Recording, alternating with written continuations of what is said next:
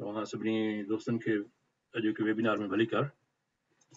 मूंखे ख़ुशी आहे त तव्हां काफ़ी सीरियसली इन सब्जेक्ट ते जेको आहे इन वेबिनार खे अटेंड कयो पिया। So thank you so much. ऐं होपफुली तव्हांखे इन वेबिनार मां कुझु न कुझु बेनिफिट ज़रूरु मिलंदो। हालांकि काफ़ी सारियूं शयूं अहिड़ियूं आहिनि जेके तव्हां यूट्यूब ते बि इलाही सारा वीडियोज़ तव्हांखे मिलंदा, बेशुमार वीडियोज़ आहिनि डिफरेंट टॉपिक्स ते। इंडियन तव्हांखे वीडियोज़ जाम मिलंदा, उर्दू में मिलंदा, अंग्रेज़ी में।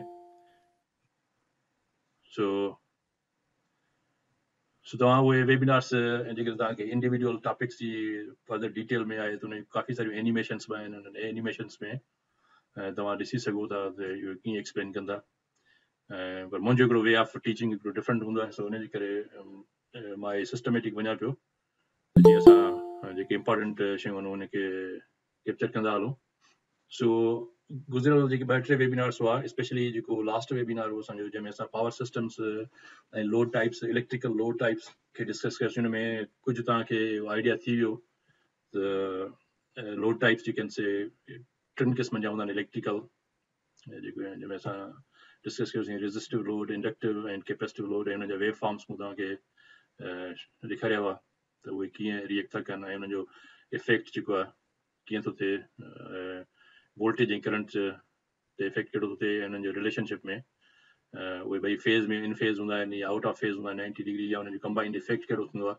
सो इहो हिकिड़ो असांजो बैकग्राउंड कवर थियो। प्लस असां फेज़ जो बि असांजे डिस्कस कयोसीं। 3 फेज़ में वरी 2 सिस्टम्स हूंदा आहिनि, जेको हिकिड़ो हूंदो आहे स्टार कनेक्शन सिस्टम हूंदो आहे, ॿियो डेल्टा कनेक्शन सिस्टम हूंदो आहे। त 3 फेज़ जो जेको पावर आहे उनजी असां इक्वेशन बि डिस्कस कईसीं त कीअं उनजी 3 फेज़ पावर जी इक्वेशन छा हूंदी आहे। सो इहे बेसिक असल में फार्मूलाज़ आहिनि जेके तव्हां इलेक्ट्रिकल इंजीनियर खे यादि हुअणु घुरिजनि, ऐं उनजी इक्वेशन जी बेस ते तव्हां कहिड़े बि ट्रांसफार्मर जो, मोटर जो, जनरेटर जो तव्हां पावर कैलकुलेट करे सघो था, या बस बार ते या के फीडर्स आहिनि त उनजे फीडर्स जो तव्हां करंट मालूम करे सघो था। So it's very simple. त सिर्फ़ु तव्हांखे जेकॾहिं उहा पावर इक्वेशन यादि हूंदी त उन ते कैलकुलेट करे सघो था। ऐं अॼोकी उन बैकग्राउंड इंफॉर्मेशन तव्हांजी जेके की कॉन्सेप्ट्स असां उहे हाईलाइट कयासीं। हाणे असां जेको डिस्कस कंदासीं उहा आहे पावर फैक्टर। ऐं ब्रीफली पुठे वेबिनार में असां पावर ट्रायंगल खे बि डिस्कस कयोसीं त पावर ट्रायंगल छा हूंदो आहे, ऐं उनजो थोरो हिकिड़ो आइडिया थी वियो त पावर ट्रायंगल कीअं आहे, ऐं वी कर्व्स ऐं डी कर्व्स उहे बि असां डिस्कस कयासीं ब्रीफली। पर हाणे अॼोकी टॉपिक जेका आहे पावर फैक्टर, उन में असां इहे तमामु इम्पॉर्टेंट आहे। ऐं हिन टॉपिक सां तव्हांखे अॼोकी हिन वेबिनार खां पोइ तव्हांखे मालूम थी वेंदो काफ़ी सारियुनि शयुनि जो त पावर सिस्टम ओवरऑल ऑपरेट कीअं थो करे, हिन पावर फैक्टर जो इफेक्ट कहिड़ो थो थिए, ऐं इन सां कहिड़ियूं कहिड़ियूं शयूं सिस्टम जूं जेके उहे इफेक्ट थींदा आहिनि, कीअं थियूं इफेक्ट थियनि, ऐं उनजे बारे में सॼी तव्हांखे डिस्कस कंदासीं डिटेल में। सो तव्हां जेकॾहिं गौर सां हिन ते की पॉइंट्स ते जेकॾहिं तवजो ॾींदो, एॾी वॾी प्रेज़ेंटेशन कोन्हे का, हिन में वधि में 10-12 स्लाइड्स आहिनि, पर उन में सॼियूं शयूं उहे इम्पॉर्टेंट जेके असां कैप्चर कंदासीं। उन खां पोइ जेकॾहिं तव्हांखे जेके बि क्वेश्चन्स हूंदा तव्हां क्वेश्चन पुछी सघो था, बाद में बि तव्हां क्वेश्चन पुछी सघो था, ऐं जेके पॉइंट्स तव्हांखां रहिजी वञनि, जेके तव्हांखे जेके हिन वेबिनार में सम्झ में न आयो हुजनि, तव्हां वरी पोइ हुनखे वेबिनार खे तव्हां बाद में रिव्यू करे सघो था। मां अपलोड कंदुसि हिनखे पंहिंजे यूट्यूब चैनल ते। सो अॼोके हिन वेबिनार में जेके टॉपिक्स असां पावर फैक्टर सां रिलेटेड जेके पॉइंट्स आहिनि या टॉपिक्स आहिनि तव्हां डिस्कस कंदासीं उहे ई आहिनि। त पहिरें त असां इहो हुनजी डेफिनेशन बयानु कंदासीं त पावर फैक्टर सां चवंदा छा कयूं, ऐं तव्हांखे ख़बर बि हूंदी, पर असां हिनखे जस्ट कैप्चर कंदासीं ब्रीफली त पावर फैक्टर चइबो छा आहे। ऐं उन खां पोइ हुन पावर फैक्टर जा जेके आहिनि से काज़िस कहिड़ा आहिनि, माना छाजे करे इहो पावर फैक्टर लो थींदो आहे या हाई थींदो आहे, उनजा कहिड़ा रीज़न्स आहिनि। त असां उन्हनि जे काज़िस खे डिस्कस कंदासीं त कहिड़ियुनि कहिड़ियुनि शयुनि जे करे पावर फैक्टर ते घटि वधि थींदो आहे। ऐं उन खां पोइ वरी असां ॾिसंदासीं त उन जे घटि वधि थियण जे करे पूरे पावर सिस्टम जे मथां हिन जा इफेक्ट्स कहिड़ा थींदा आहिनि।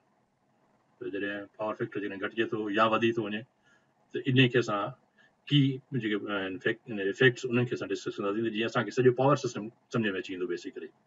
सो तक़रीबन 90% तव्हांखे 70% खां मथे 80% तव्हांखे पावर सिस्टम जी सॼी ओवरऑल तव्हांखे आइडिया थी वेंदो त पावर सिस्टम सॼो ऑपरेट कीअं थो करे, प्रोटेक्शन्स कीअं थियूं कमु कनि, ऐं इहो सॼो पावर फैक्टर ऐं साइज़िंग ट्रांसफॉर्मर्स जी, जनरेटर जी साइज़िंग ते हिन पावर फैक्टर जे करे कहिड़ो इफेक्ट थो थिए, त तव्हांखे सॼो आइडिया थी वेंदो।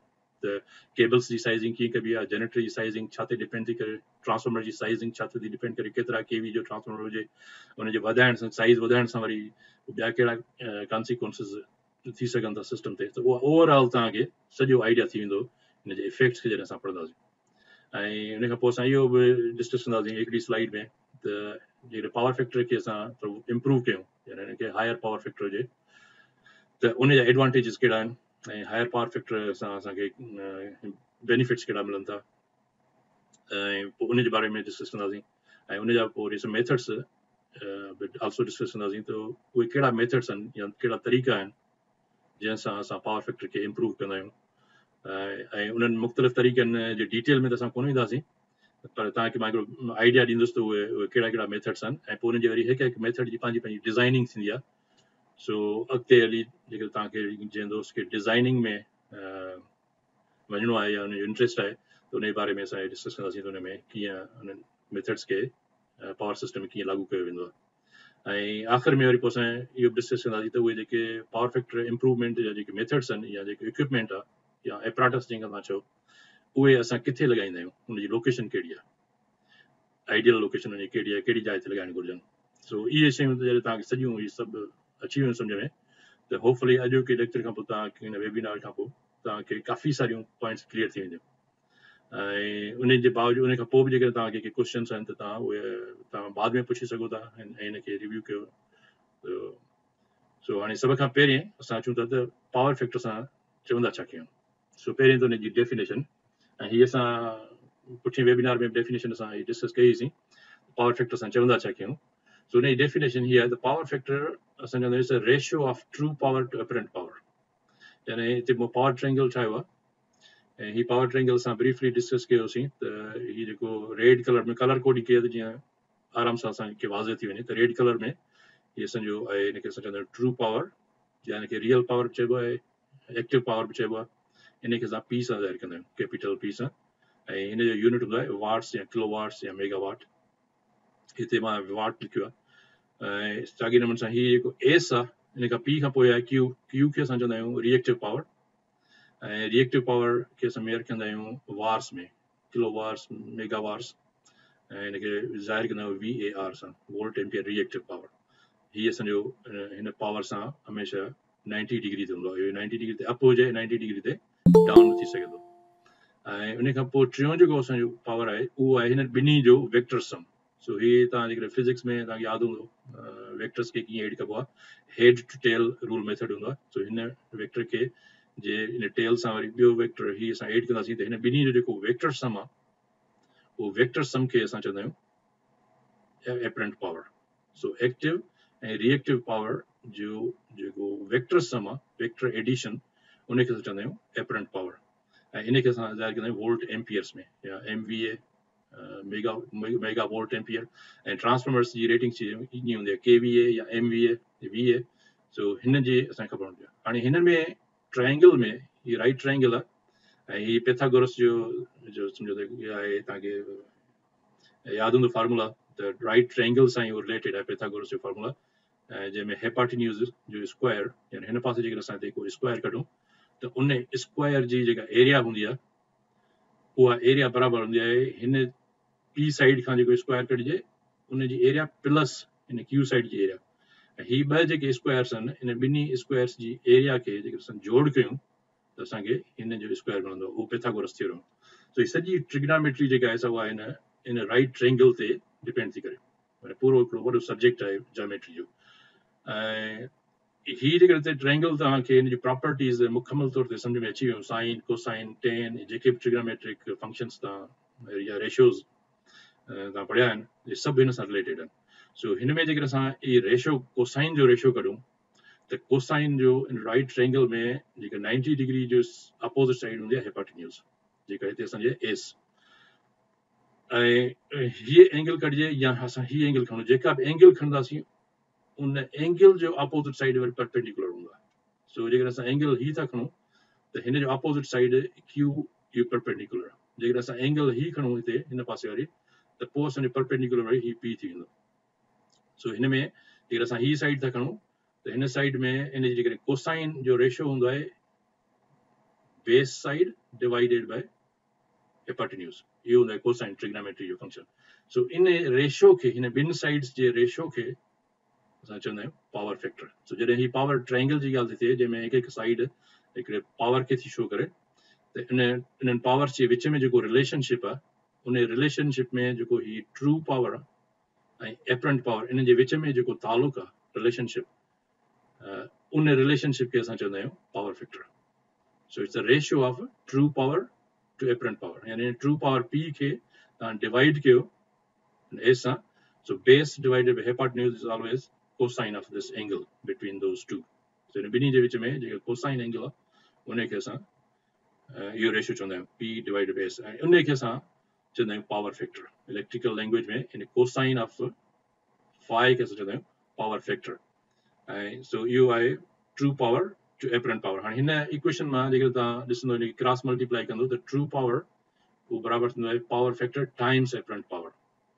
यानी हिते शो कयल आहे KVA times the power factor. So cosine times KVA इन जो यूनिट आहे KVA. So हिते मां KVA में लिखियो त ही बस किलोवाट थींदो त तव्हां ॾिसंदो त किलोवाट खे हिन खे थोरी देरि लाइ तव्हां फॉरगेट कयो हिन फैक्टर स्क्वायर रूट 3 खे पर हे तव्हां सिर्फ़ु हिन खे ॾिसो KVA times cosine phi. त ही जेको cosine phi जेको फैक्टर आहे इहो फैक्टर चइबो आहे हिकिड़े फिक्स्ड अदद खे ऐं ही अदद तव्हां जॾहिं KVA सां मल्टीप्लाई थो कजे त पोइ ही बराबरि थो थिए किलोवाट जे यानी kilowatt is less than the KVA. जेकर ही फैक्टर असांजो 1 हुजे त पोइ kilowatt is equal to KVA. पर जेकर ही कोसाइन 1 खां घटि हूंदी त then this kilowatt will be lower. So in ratio खे तव्हांखे सम्झणु घुरिजे त इन खे असां चवंदा आहियूं power factor. So it's a ratio of active power to apparent power. उन रेशियो खे जे कोसाइन एंगल खे असां चवंदा आहियूं पावर फैक्टर. हाणे इहो ॾिसंदासीं त इन पावर फैक्टर जो इफेक्ट पोइ हिननि ते छा थो थिए ऐं कोसाइन एंगल जेका हूंदी आहे कोसाइन 0 डिग्री बराबरि हूंदी आहे 1 जे साइन जेको 1 खां स्टार्ट थींदी आहे ऐं 0 ते वञी एंड कंदी आहे. सो जीअं एंगल असांजी वॾी थी वेंदी 90 डिग्री ते पहुचंदी त कोसाइन जो वैल्यू 1 खां घटिजी 0 थी वेंदो साइन जो बदिलणो आहे.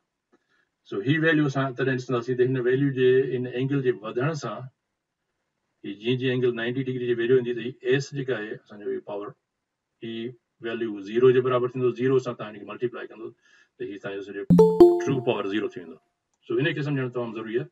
सो इन खे असां डिटेल में अॻिते नेक्स्ट में कयूंसि था स्लाइड में तव्हांखे ॾेखारियूं. सो हिते सिर्फ़ु डेफिनेशन त इन रेशियो खे असां चवंदा आहियूं ट्रू पावर ऐं इन ट्रू पावर सां छा थींदो आहे त पावर फैक्टर जेको हूंदो आहे असां डिस्कस कयोसीं लैगिंग जो ऐं लीडिंग जो त जॾहिं बि करंट ऐं वोल्टेज जे विच में जेके 90 डिग्री हूंदी आहे उहो फेज़ शिफ्ट 90 डिग्री हूंदी आहे या इंडक्टिव लोड जे करे या कैपेसिटिव लोड जे करे. पर असां इहो डिस्कस कयोसीं लास्ट वेबिनार में त करंट इंडक्टिव सर्किट में वोल्टेज खां हमेशह लेग कंदो आहे यानी it comes after the voltage ऐं केतिरा डिग्री 90 डिग्री हूंदो आहे जेकर प्योर इंडक्टर हुजे. सो उनखे असां लेग. सो लेगिंग करंट जे करे जेको पावर फैक्टर असांखे मिलंदो आहे उनखे असां चवंदा आहियूं लेगिंग पावर फैक्टर.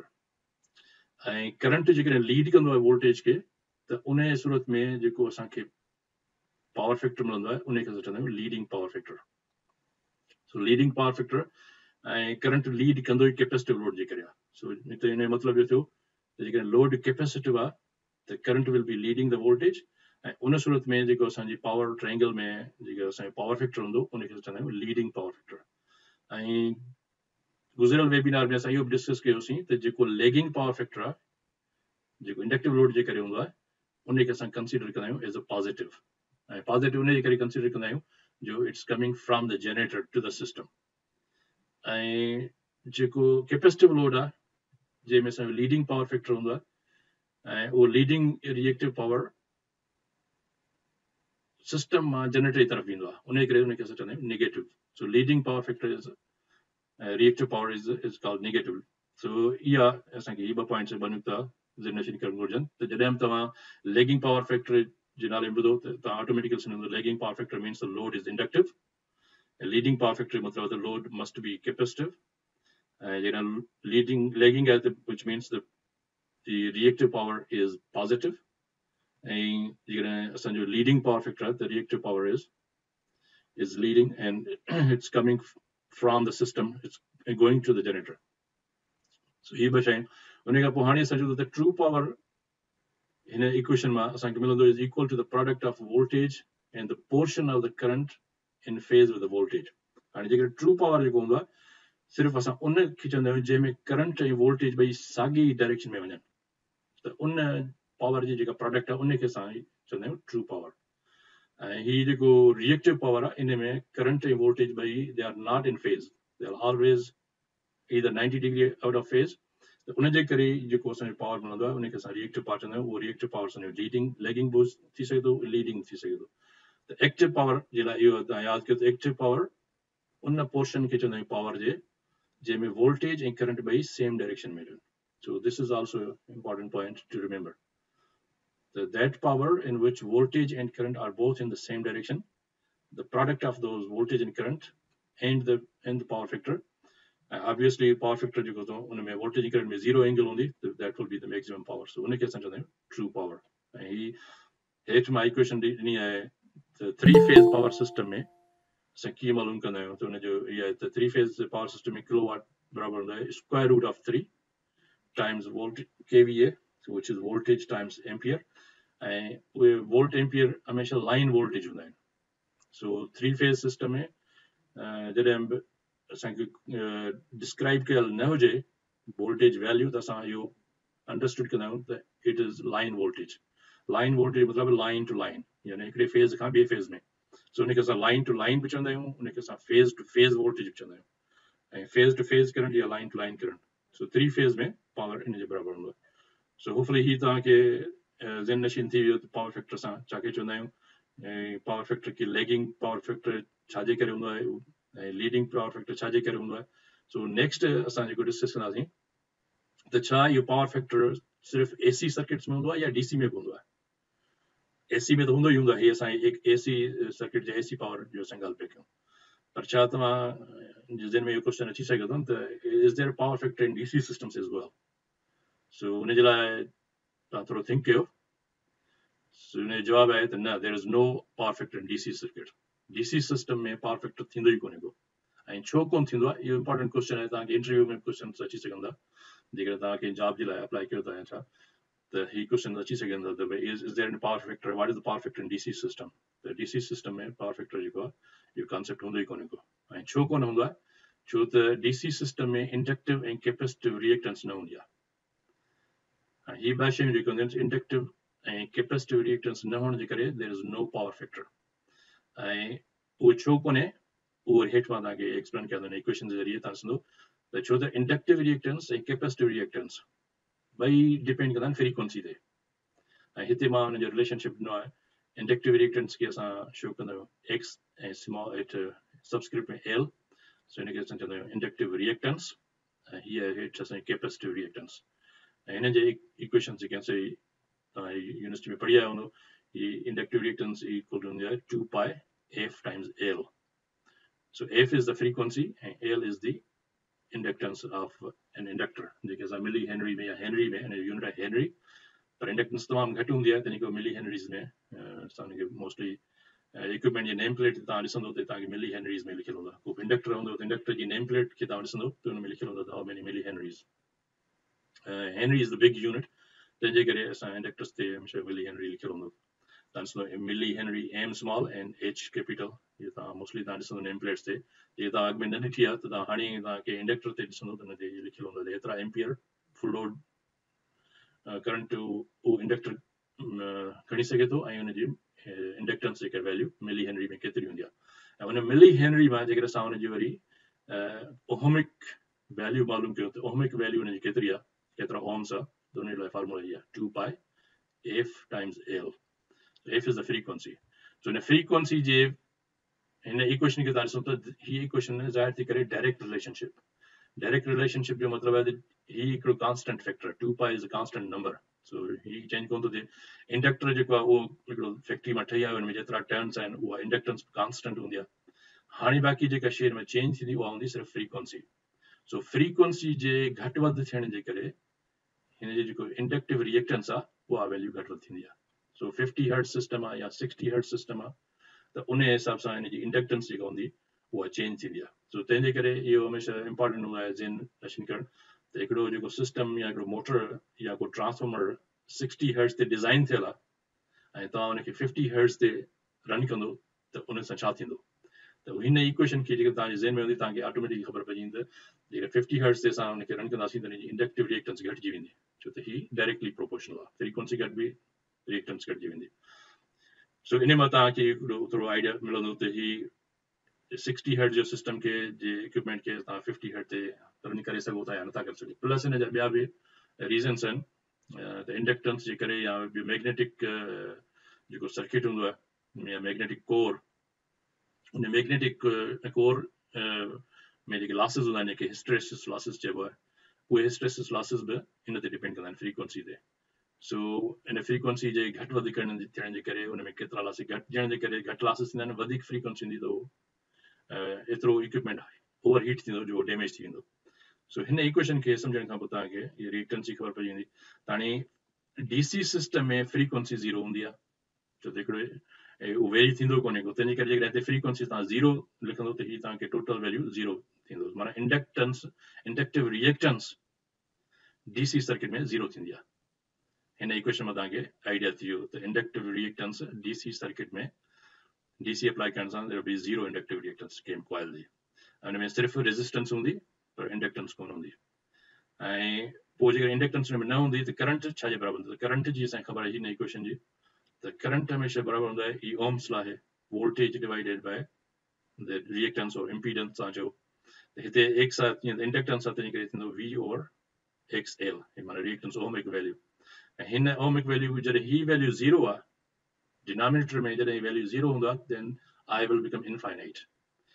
सो ॿियनि लफ़्ज़नि में करंट जेको आहे सो तमामु इन्फिनिट थी वेंदो हाणे इन्फिनिट करंट त तव्हांजो सोर्स सप्लाई कोन कंदो आहे न एतिरो करंट जेकॾहिं ही वैल्यू 0 आहे त आइडियली जेकॾहिं इवन असां वटि 220 वोल्ट आहे सपोज कयो त 220 divided by 0 then this will become infinite पर इन्फिनिट करंट तव्हांजो सोर्स सप्लाई कोन कंदो आहे पर सोर्स जेतिरो मैक्सिमम करंट सप्लाई करे सघे थो उहो मैक्सिमम करंट फ्लो कंदो सो हिन इक्वेशन मां तव्हांखे ख़बर पइजी वेंदी त कंहिं बि इंडक्टिव सर्किट में जेके तव्हां डीसी अप्लाई कंदो त उन डीसी में उन इंडक्टेंस में इंडक्टिव रिएक्टेंस न हूंदी ऐं उन इंडक्टिव रिएक्टेंस न हूंदी पर उन में तमामु स्मॉल जेको वैल्यू हूंदी आहे रेजिस्टेंस 0.1 ओम्स या 1 ओम खां तमामु घटि हूंदी आहे हाणे उन में तव्हां अंदाज़ो लॻायो त जेकॾहिं उहो उन जो मतिलबु त जेकॾहिं तव्हां उनखे डीसी ॾींदो त it will draw huge amount of current ऐं उहो इज़ीली बर्न थी वेंदो उन में एतिरो करंट पास थींदो ॿियनि लफ़्ज़नि में त ट्रांसफॉर्मर खे या मोटर खे जंहिंमें वाइंडिंग हूंदी आहे उन वाइंडिंग खे तव्हां जेकॾहिं डीसी सप्लाई कंदो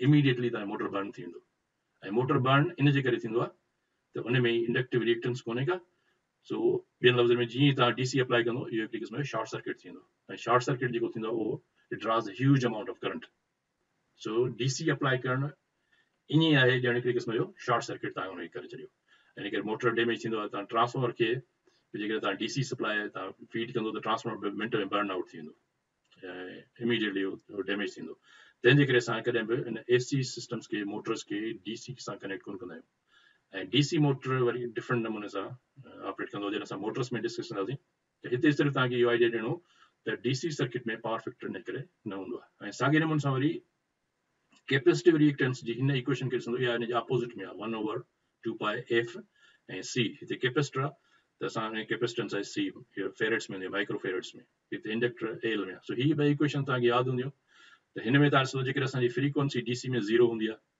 त हीअ हेठियों टर्म जॾहिं 0 थींदो त इन जो मतिलबु आहे पूरो टर्म 1 डिवाइडेड बाय 0 सो 1 खे तव्हां जेकॾहिं 0 सां डिवाइड कंदो U will gate infinite value ऐं उहो इन्फिनिट वैल्यू वरी असांखे छा में मिलंदो उहो हिन कैपेसिटिव रिएक्टेंस जो यानी capacitive reactance in terms of ohms infinite थी वेंदी ऐं उन इनफाइनाइट थियण जे करे छा थींदो हाणे जेकर असां करंट हुन में मालूम कंदासीं त ॿी सूरत में रेजिस्टेंस तव्हांजी इनफाइनाइट आहे रेजिस्टेंस जॾहिं इनफाइनाइट हूंदी त हेठां जेकॾहिं तव्हां इनफाइनाइट सां डिवाइड कंदो इन्फिनिटी सां then I will be equal to 0 हीउ नंबर जेतिरो वॾो हूंदो ओतिरो ही टर्म नंढो थींदो हूंदो छो त इट्स इनवर्सली प्रोपोर्शनल सो ॿियनि लफ़्ज़नि में कैपेसिटेंस में जेका कैपेसिटिव रिएक्टेंस आहे उहा इन्फिनिट हूंदी जेकर असां वटि फ्रीक्वेंसी 0 आहे ॿियनि लफ़्ज़नि में त डीसी सर्किट में जॾहिं तव्हां कैपेसिटर ॾींदो त हुनजे विच में करंट पास थींदो ई कोन्हे को कैपेसिटर चार्ज थींदो आहे पर हुनजे विच में जेको कैपेसिटर जे अंदरि हिते ड्रा था कयूंसि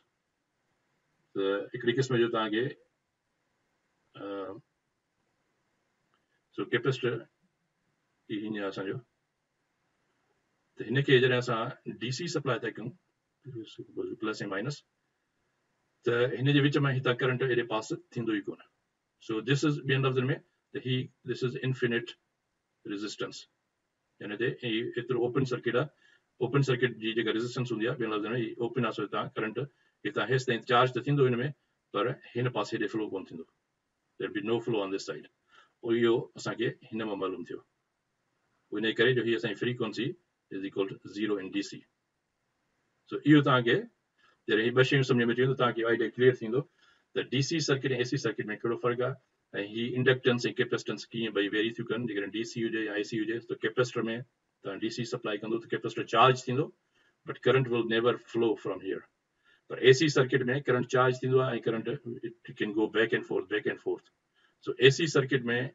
तव्हांखे हिते फ्रीक्वेंसी हूंदी 50 हर्ट्ज़ हुजे या 60 हर्ट्ज़ हुजे then you will get some value of capacitor reactance अहिड़े नमूने सां इंडक्टिव रिएक्टेंस तव्हांखे AC सर्किट्स में हूंदी DC में न हूंदी उन जे करे इहो इम्पॉर्टेंट आहे सम्झणु त सुभाणे तव्हां जॾहिं केरु क्वेश्चन करे थो त भई DC सर्किट में या ट्रांसफॉर्मर्स खे जेकर तव्हां DC सप्लाई कयो हुनजी प्राइमरी ते या सेकेंडरी साइड खां त छा थींदो ट्रांसफॉर्मर खे त तव्हां इमीडिएटली ही आइडिया तव्हांजो क्लियर हूंदो त तव्हां यकदमि चवंदो त भई हिन में उहो बर्न थी वेंदो ऐं छो बर्न थींदो उन जी तव्हां एक्सप्लेनेशन हिन इक्वेशन जे ज़रिए तव्हां हुनखे एक्सप्लेन करे सघो था भई हिन जे करे बर्न थींदो छो त हुन में इंडक्टिव रिएक्टेंस कोन हूंदी छो त ट्रांसफॉर्मर में कैपेसिटेंस कोन हूंदी आहे हालांकि हूंदी आहे हुन में कैपेसिटेंस उहा वरी असां अलॻि डिस्कस कंदासीं त हुन में कहिड़े क़िस्म जी कैपेसिटेंस हूंदी आहे हुन में हूंदी आहे वाइंडिंग ऐं वाइंडिंग जे विच में हिकिड़ी कैपेसिटिव सर्किट ठहंदो आहे ॿियो वरी हूंदो आहे त हुनजी बॉडी हुनजी प्राइमरी साइड खां ऐं हुनजी सेकेंडरी साइड जी बॉडी जे विच में हिकिड़ी क़िस्म हिकिड़ो कैपेसिटर हूंदो आहे या हुनजे प्राइमरी साइड खां वठी ग्राउंड ताईं बि हिकिड़ी कैपेसिटेंस हूंदी आहे ऐं हिन जी ट्रांसफॉर्मर जी जॾहिं असां टेस्टिंग में पढ़ंदासीं त पोइ हिन जी इंपॉर्टेंस मां तव्हांखे ॿुधाईंदुसि त हुन ट्रांसफॉर्मर खे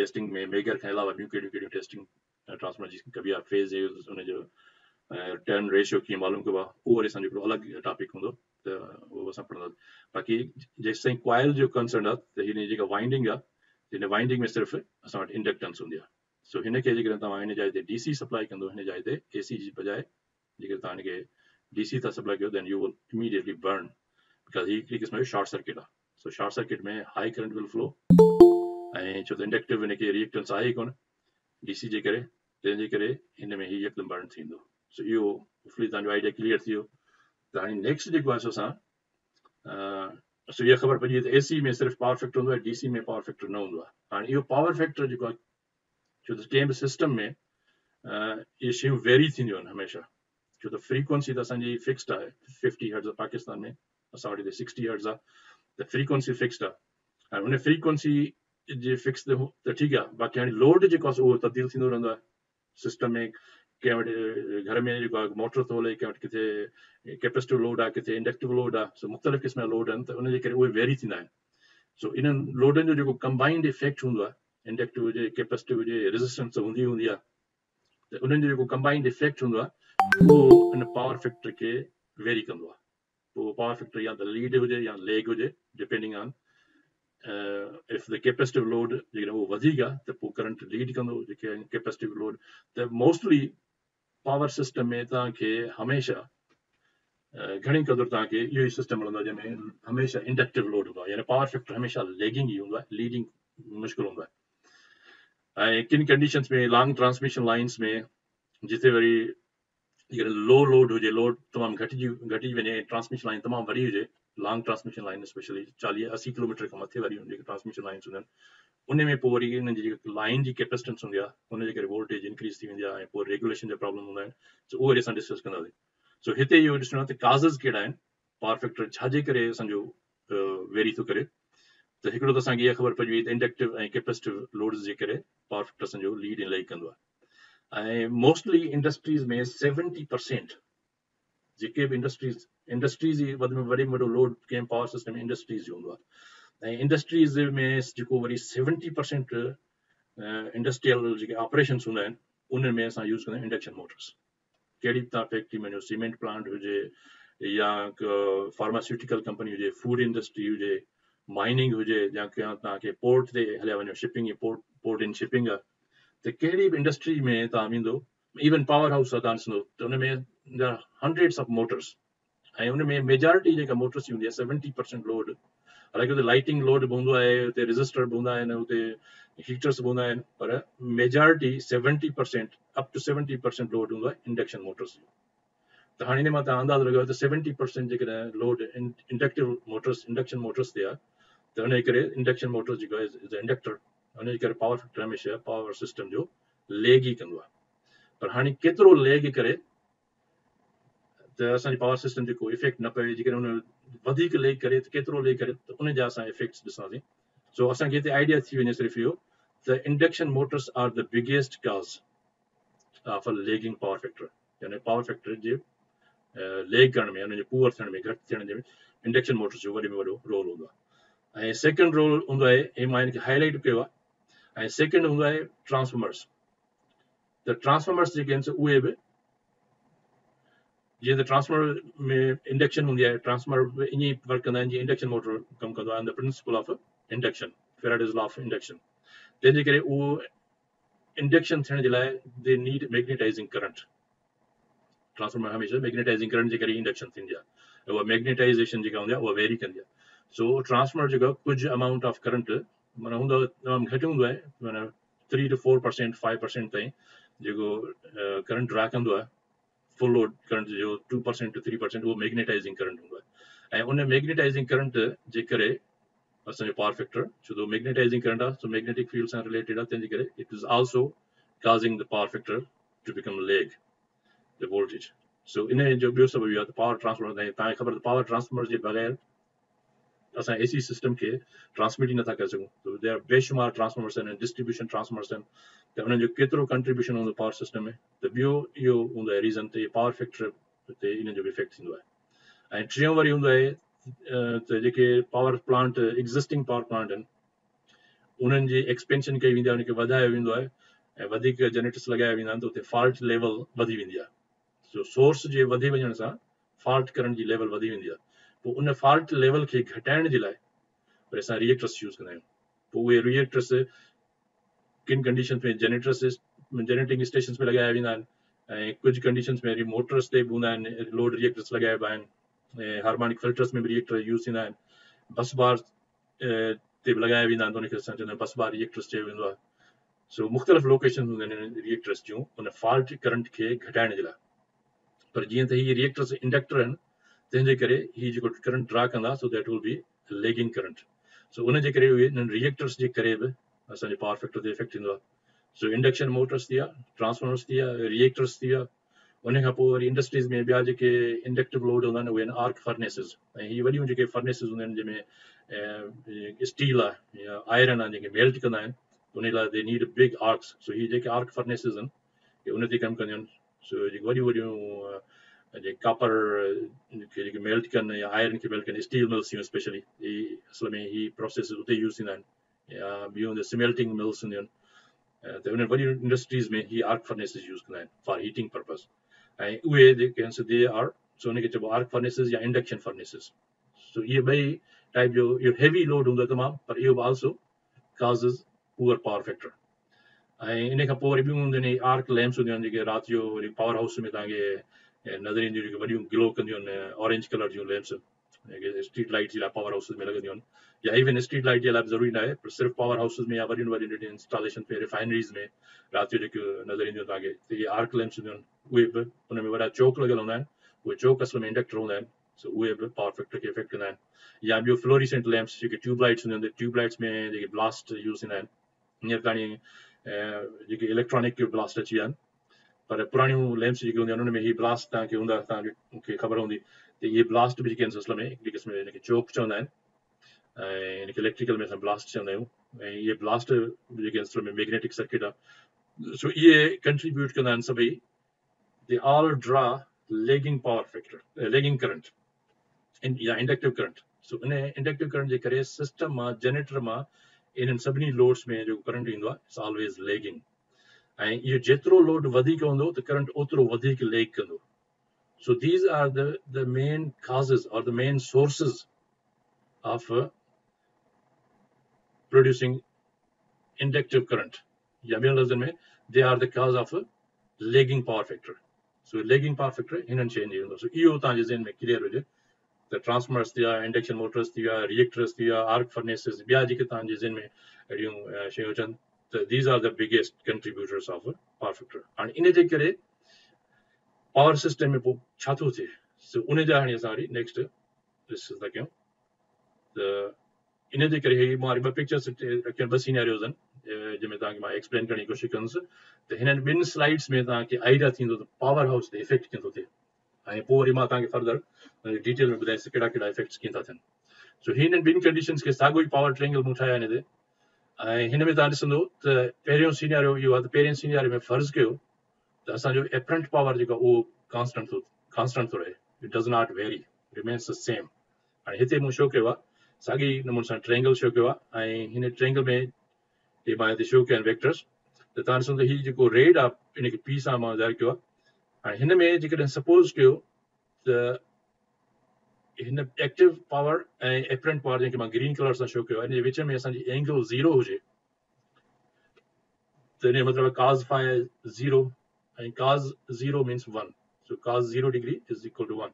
सो इन जो मतिलबु त 1 सां तव्हां मल्टीप्लाई कंदो हिन एपरेंट पावर खे त you will get the same full amount of active power.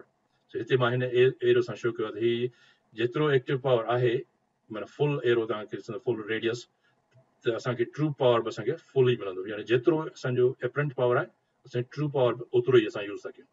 There is no reactive power involve here, so there is 0 degrees. मां हिनखे थोरो मथे करे ठाहियो आहे त जीअं नज़र अचनि पिया एरोज़, हिकु ॿिए मथां रखण नज़र कोन अचनि. सो तंहिंजे करे मां हिनखे थोरो मथे करे रखियो आहे त जीअं हिन में असांखे डिस्टिंक्शन करे सघूं ॿिन्ही जे विच में. पर हाणे असां जो त जेकॾहिं सपोज़ कयो त असांजे सिस्टम में इहो एपरेंट पावर त सेम थो रहे. सेम थो रहे जो मतिलबु आहे त हीउ रेडियस जेको आहे, so radius will always be the same.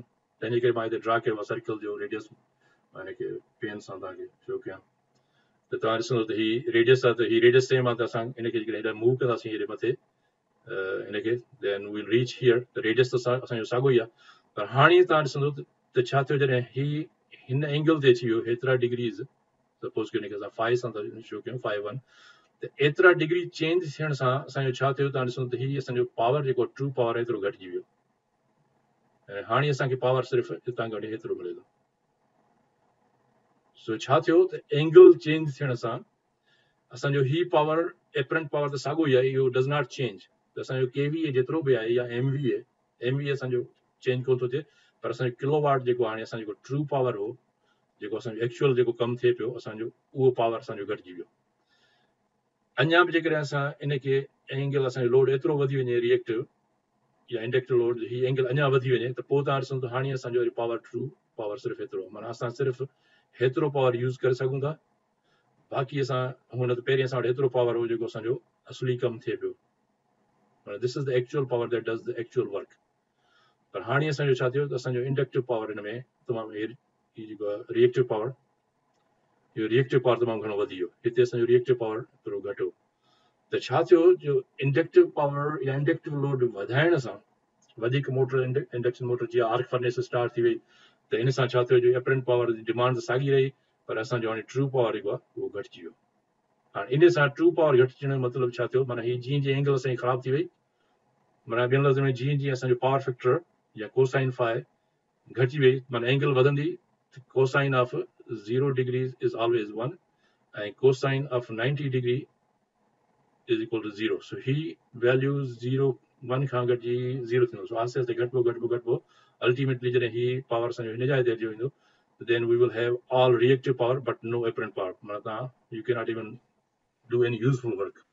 So useful work के लाइ you need power. So हिनखे हाणे मां ड्रायां थो, त होपफुली इहो आइडिया तव्हांजो थोरो क्लियर थी वियो त एंगल जे वधण सां असांजो पावर फैक्टर घटिजे थो. सो इहो ज़हन नशीन करिणो घुरिजे. जीअं जीअं एंगल वधंदी, माना इंडक्टिव लोड वधंदो, एंगल वॾी थी वेंदी, त असांजो पावर फैक्टर जेको आहे उहो घटिजी वेंदो. ऐं पावर फैक्टर घटिजण सां छा थियो, जो असांजो हीउ जेको ट्रू पावर आहे उहो असांजो घटिजी वियो, जेकर असांजो केवीए कॉन्स्टेंट आहे. हाणे इन सां छा थो थिए, इन सां इहो थो थिए त हाणे जेकॾहिं पावर फैक्टर असांजो लो थी वियो, त हाणे जनरेटर जी जेकॾहिं हीउ सपोज़ कयो लोड जनरेटर पियो सप्लाई करे, हाणे जनरेटर पहिरें जेकॾहिं पावर फैक्टर यूनिट हो त जनरेटर असांखे फुल पावर सप्लाई करे पियो. सपोज़ कयो जनरेटर 50 मेगावाट जो आहे या 50 किलोवाट जो आहे, मेगावाट जो आहे, त हीअ असांखे 50 मेगावाट ई मिलनि पिया. पर हाणे जीअं जीअं हुनजी एंगल पावर फैक्टर जी वॾी थींदी थी वञे त असांजो जनरेटर जेको आहे हालांकि उहो 50 मेगावाट ॾेई सघे थो, पर हाणे it can only supply lace amount of true power, ऐं जनरेटर बाक़ी जेको सप्लाई कंदो उहो सिर्फ़ु रिएक्टिव पावर सप्लाई कंदो. सो इहो असांजो थींदो. माना जनरेटर जी रेटिंग जेका आहे 50 मेगावाट, हाणे असां जनरेटर मां सिर्फ़ु यूज़फुल वर्क करण जे लाइ सिर्फ़ु सपोज़ कयो 30 मेगावाट वठी था सघूं.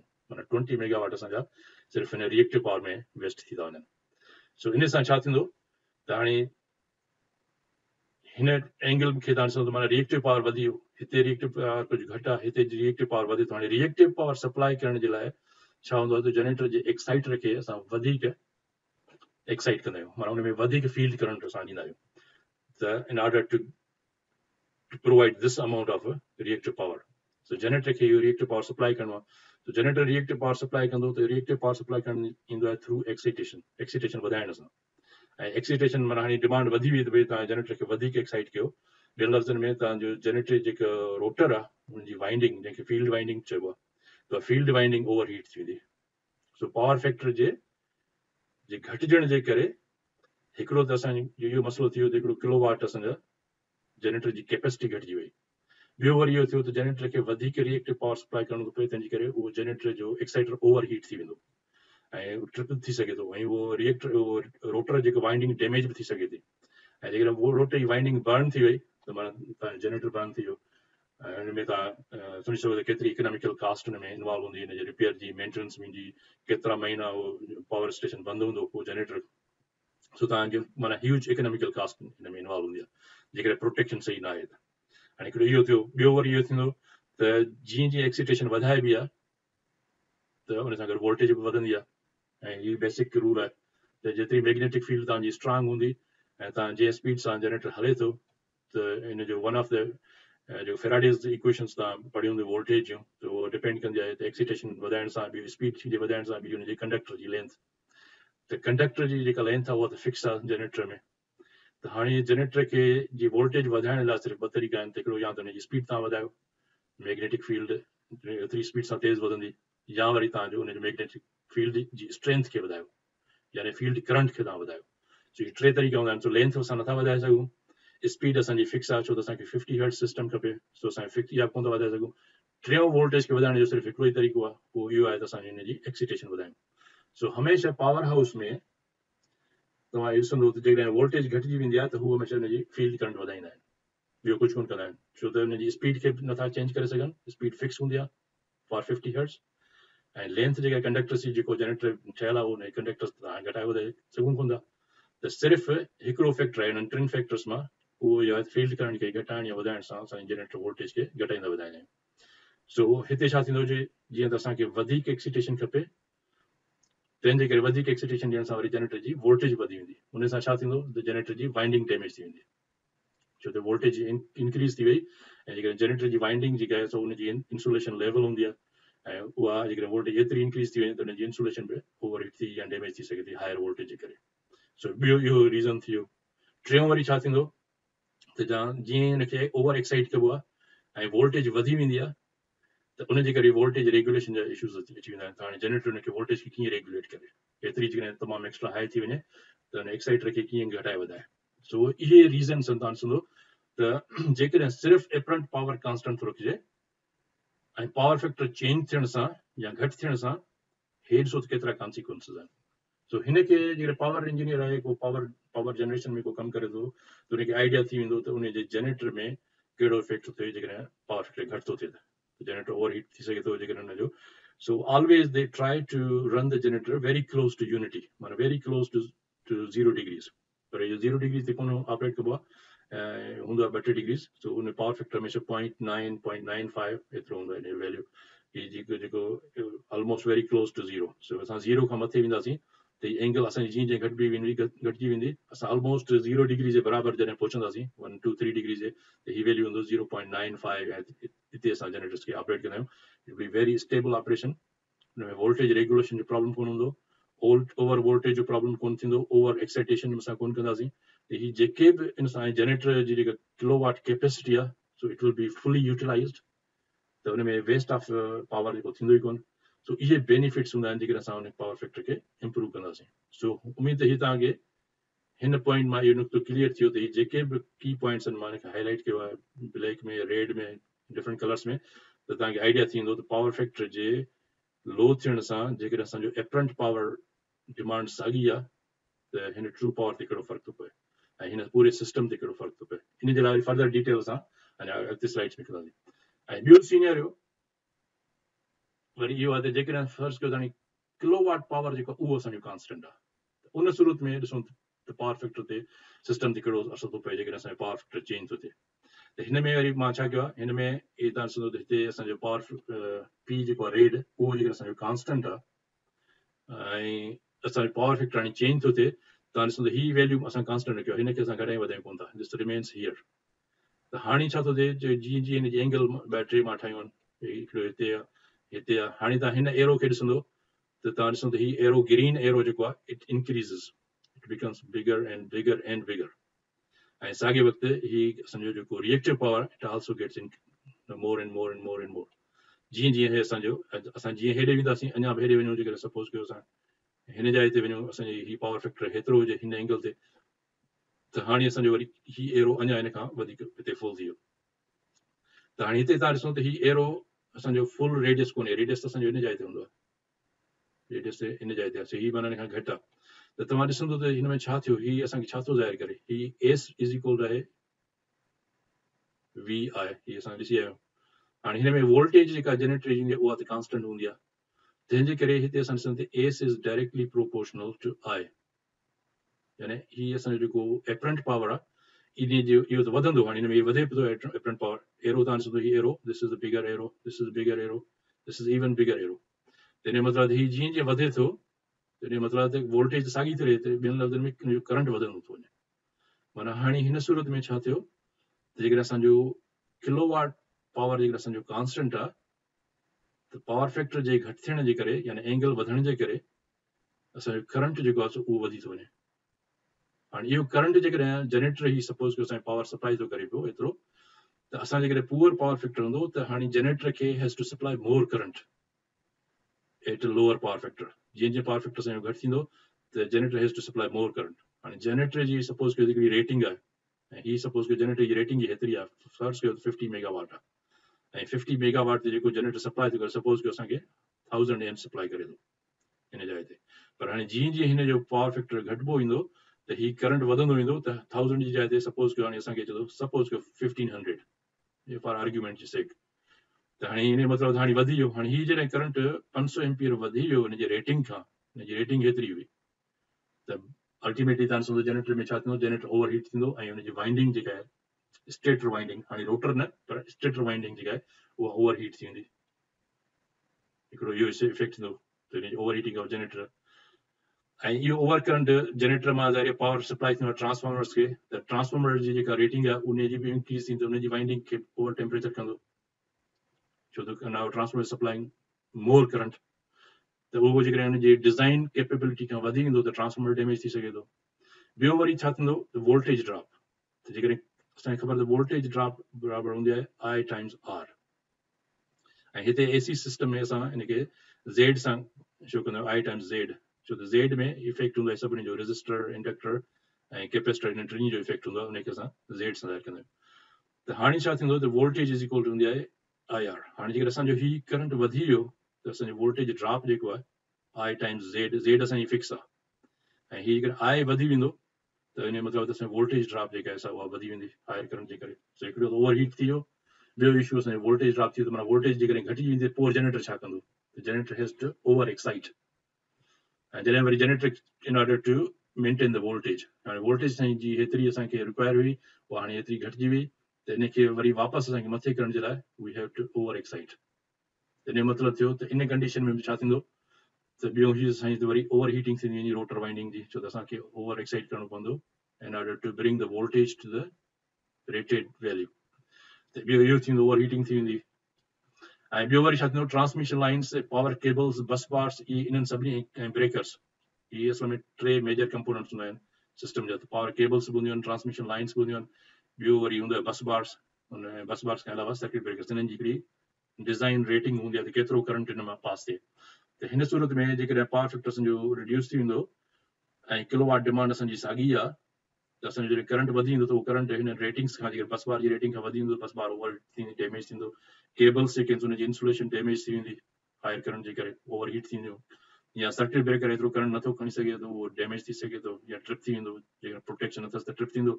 अहिड़े सां ट्रांसमिशन लाइन्स में वरी छा थींदो, जो इहे ट्रांसमिशन लाइन वधीक करंट कैरी कंदियूं, त जॾहिं करंट वधीक कैरी कंदियूं त हूंदो आहे पावर लॉस, उहो हूंदो आहे I²R।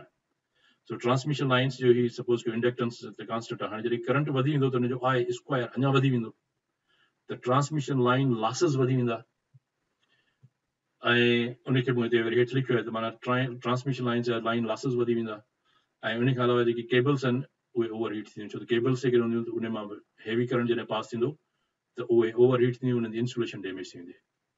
त हिन कंडीशन में तव्हां ॾिठो त इहे सभु कंडीशन थी सघे थियूं। सो जेकॾहिं हाणे पावर इंजीनियर आहे ऐं पावर प्लांट में तव्हां ॾिसंदो, जेकॾहिं पावर प्लांट खे जेकॾहिं को इंजीनियर ऑपरेट थो करे, ॾिसो त पावर फैक्टर घटि आहे, त ही ऑटोमेटिकली हिते नोटिस कंदो त ट्रांसफार्मर जी वाइंडिंग टेम्परेचर जेकॾहिं मॉनिटर थो करे ऐं पोइ पावर फैक्टर ॾिसे थो घटिजे थो, त ऑटोमेटिकली ॾिसंदो त हुनजी ट्रांसफार्मर जी जेको वाइंडिंग टेम्परेचर जी रीडिंग अचे थी उहा हिनखे वधीक नज़र ईंदी।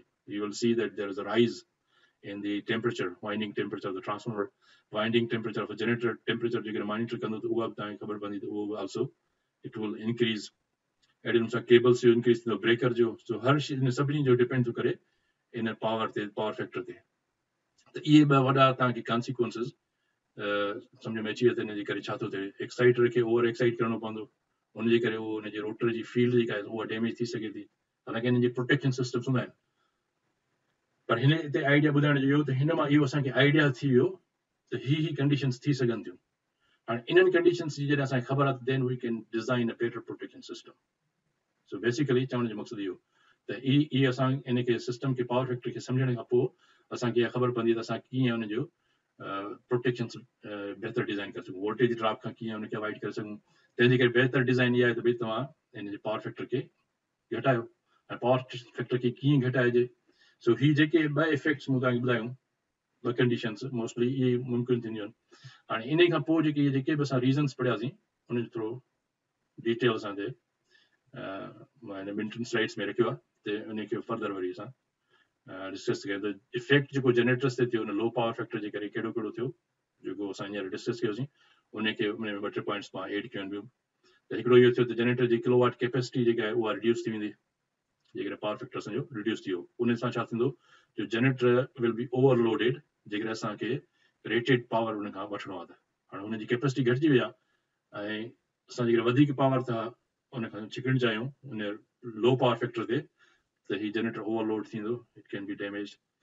ऐं हायर करंट जे करे पोइ छा थींदो, जो हुनजो I²R लॉसेस जेके आहिनि, जीअं करंट वधंदो त हुनजो स्क्वायर अञा टर्म वधी वेंदो, त I² लॉसेस माना जनरेटर जा कॉपर लॉसेस जेके वाइंडिंग लॉसेस आहिनि उहे वधी वेंदा, ओवर हीट थींदो, जनरेटर टेम्परेचर तव्हांखे उनजे करे थींदो, जनरेटर ते इफेक्ट थो थिए।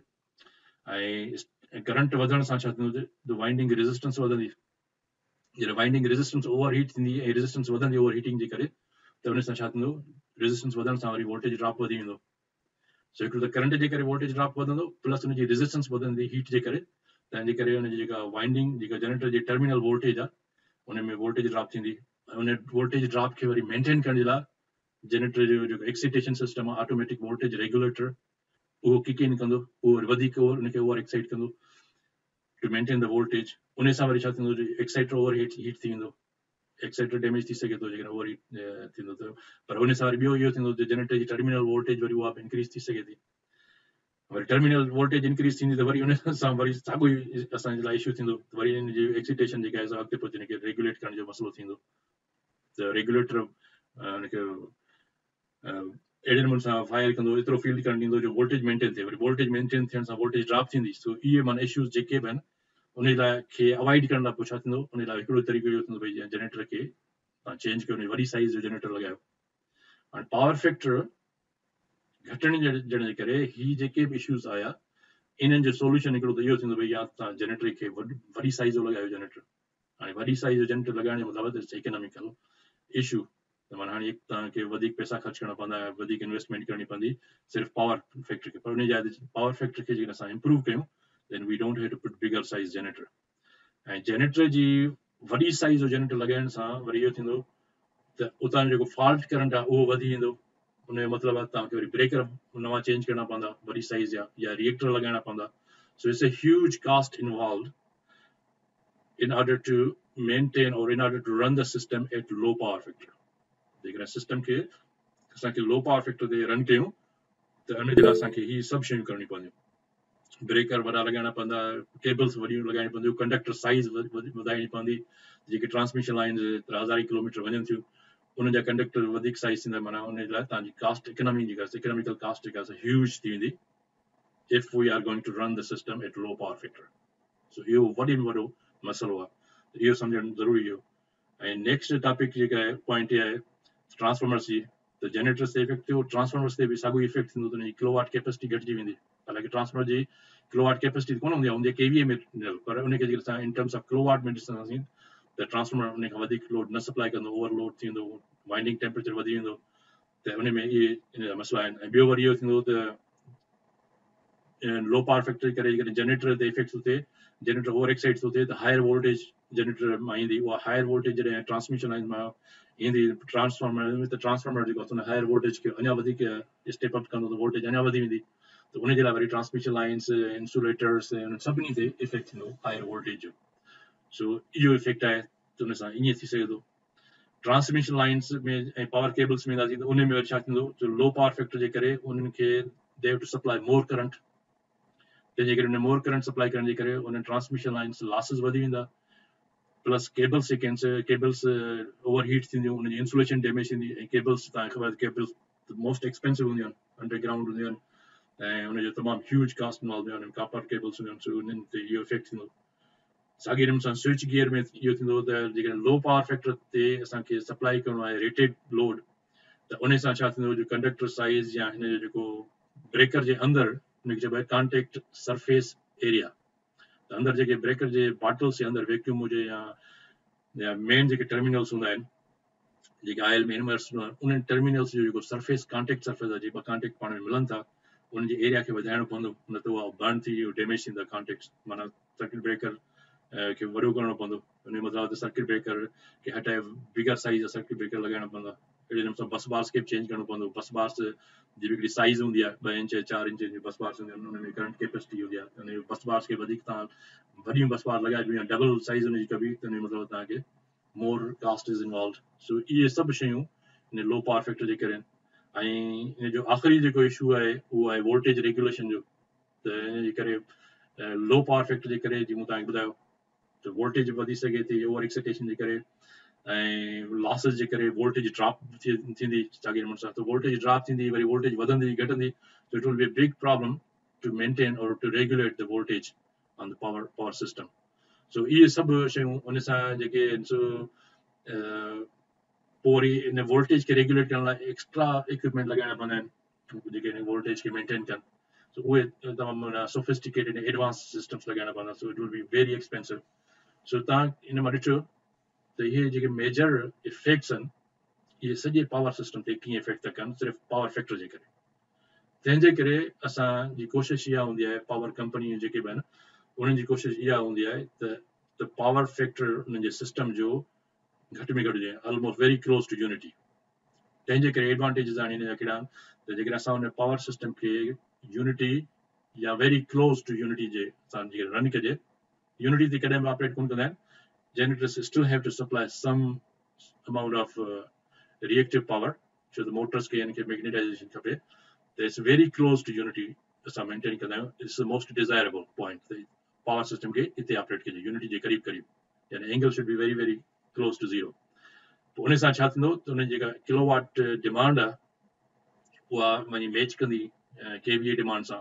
जीअं मूं तव्हांखे पहिरीं पिक्चर में ॾेखारियो त green arrow red arrow the were both same size at zero angle, so it will be very close. So माना असां उनखे मैक्सिमम जेका उनजी कैपेसिटी आहे उनखे यूटिलाइज़ कंदासीं।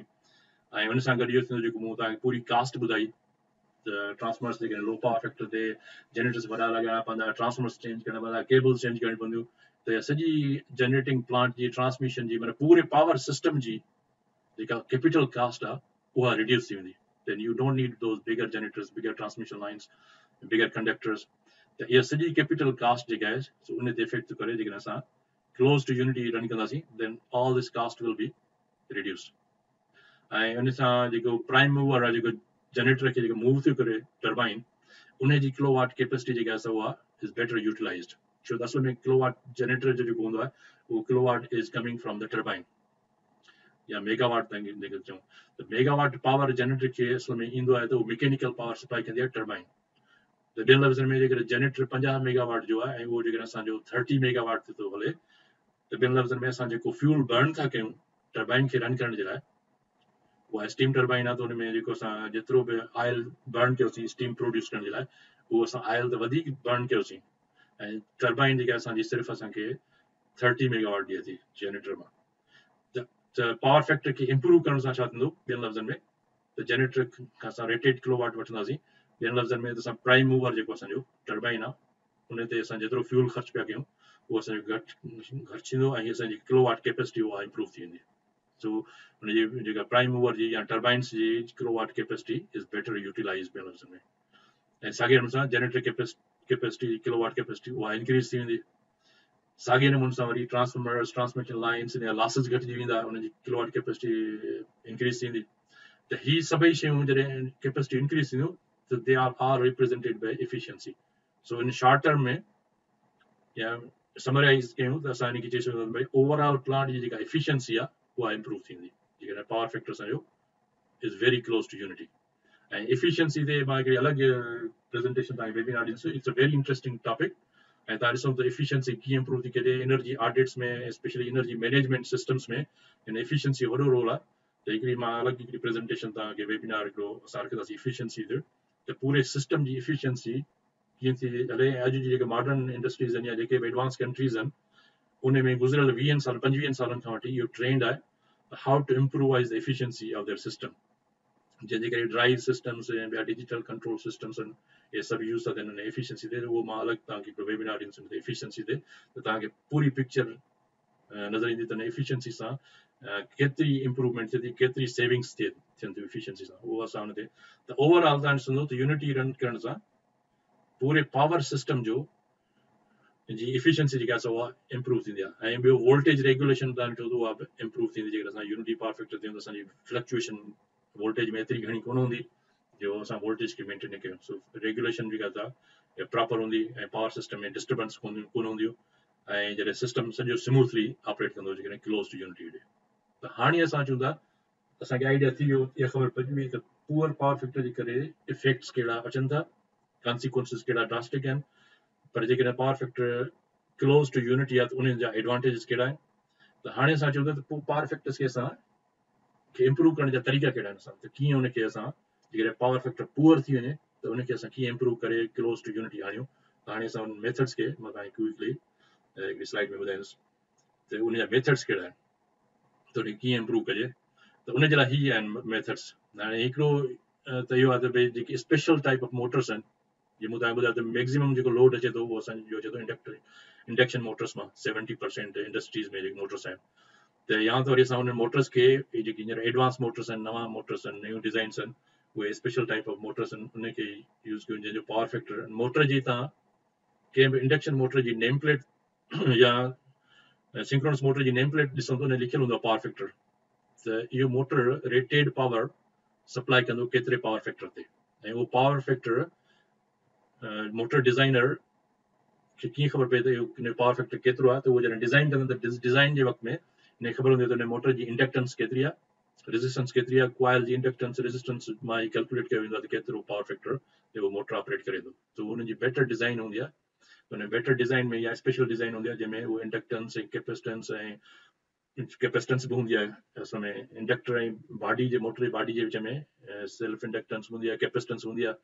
त उन्हनि सभिनी जे वैल्यूज़ अहिड़े नमूने सां उहो ऑप्टिमाइज़ कंदा आहिनि जो जॾहिं उहो मोटर डिज़ाइन कंदा आहिनि त हुनजी पावर फैक्टर ते लिखियलु हूंदो आहे भई it can run at 0.95 suppose कयो.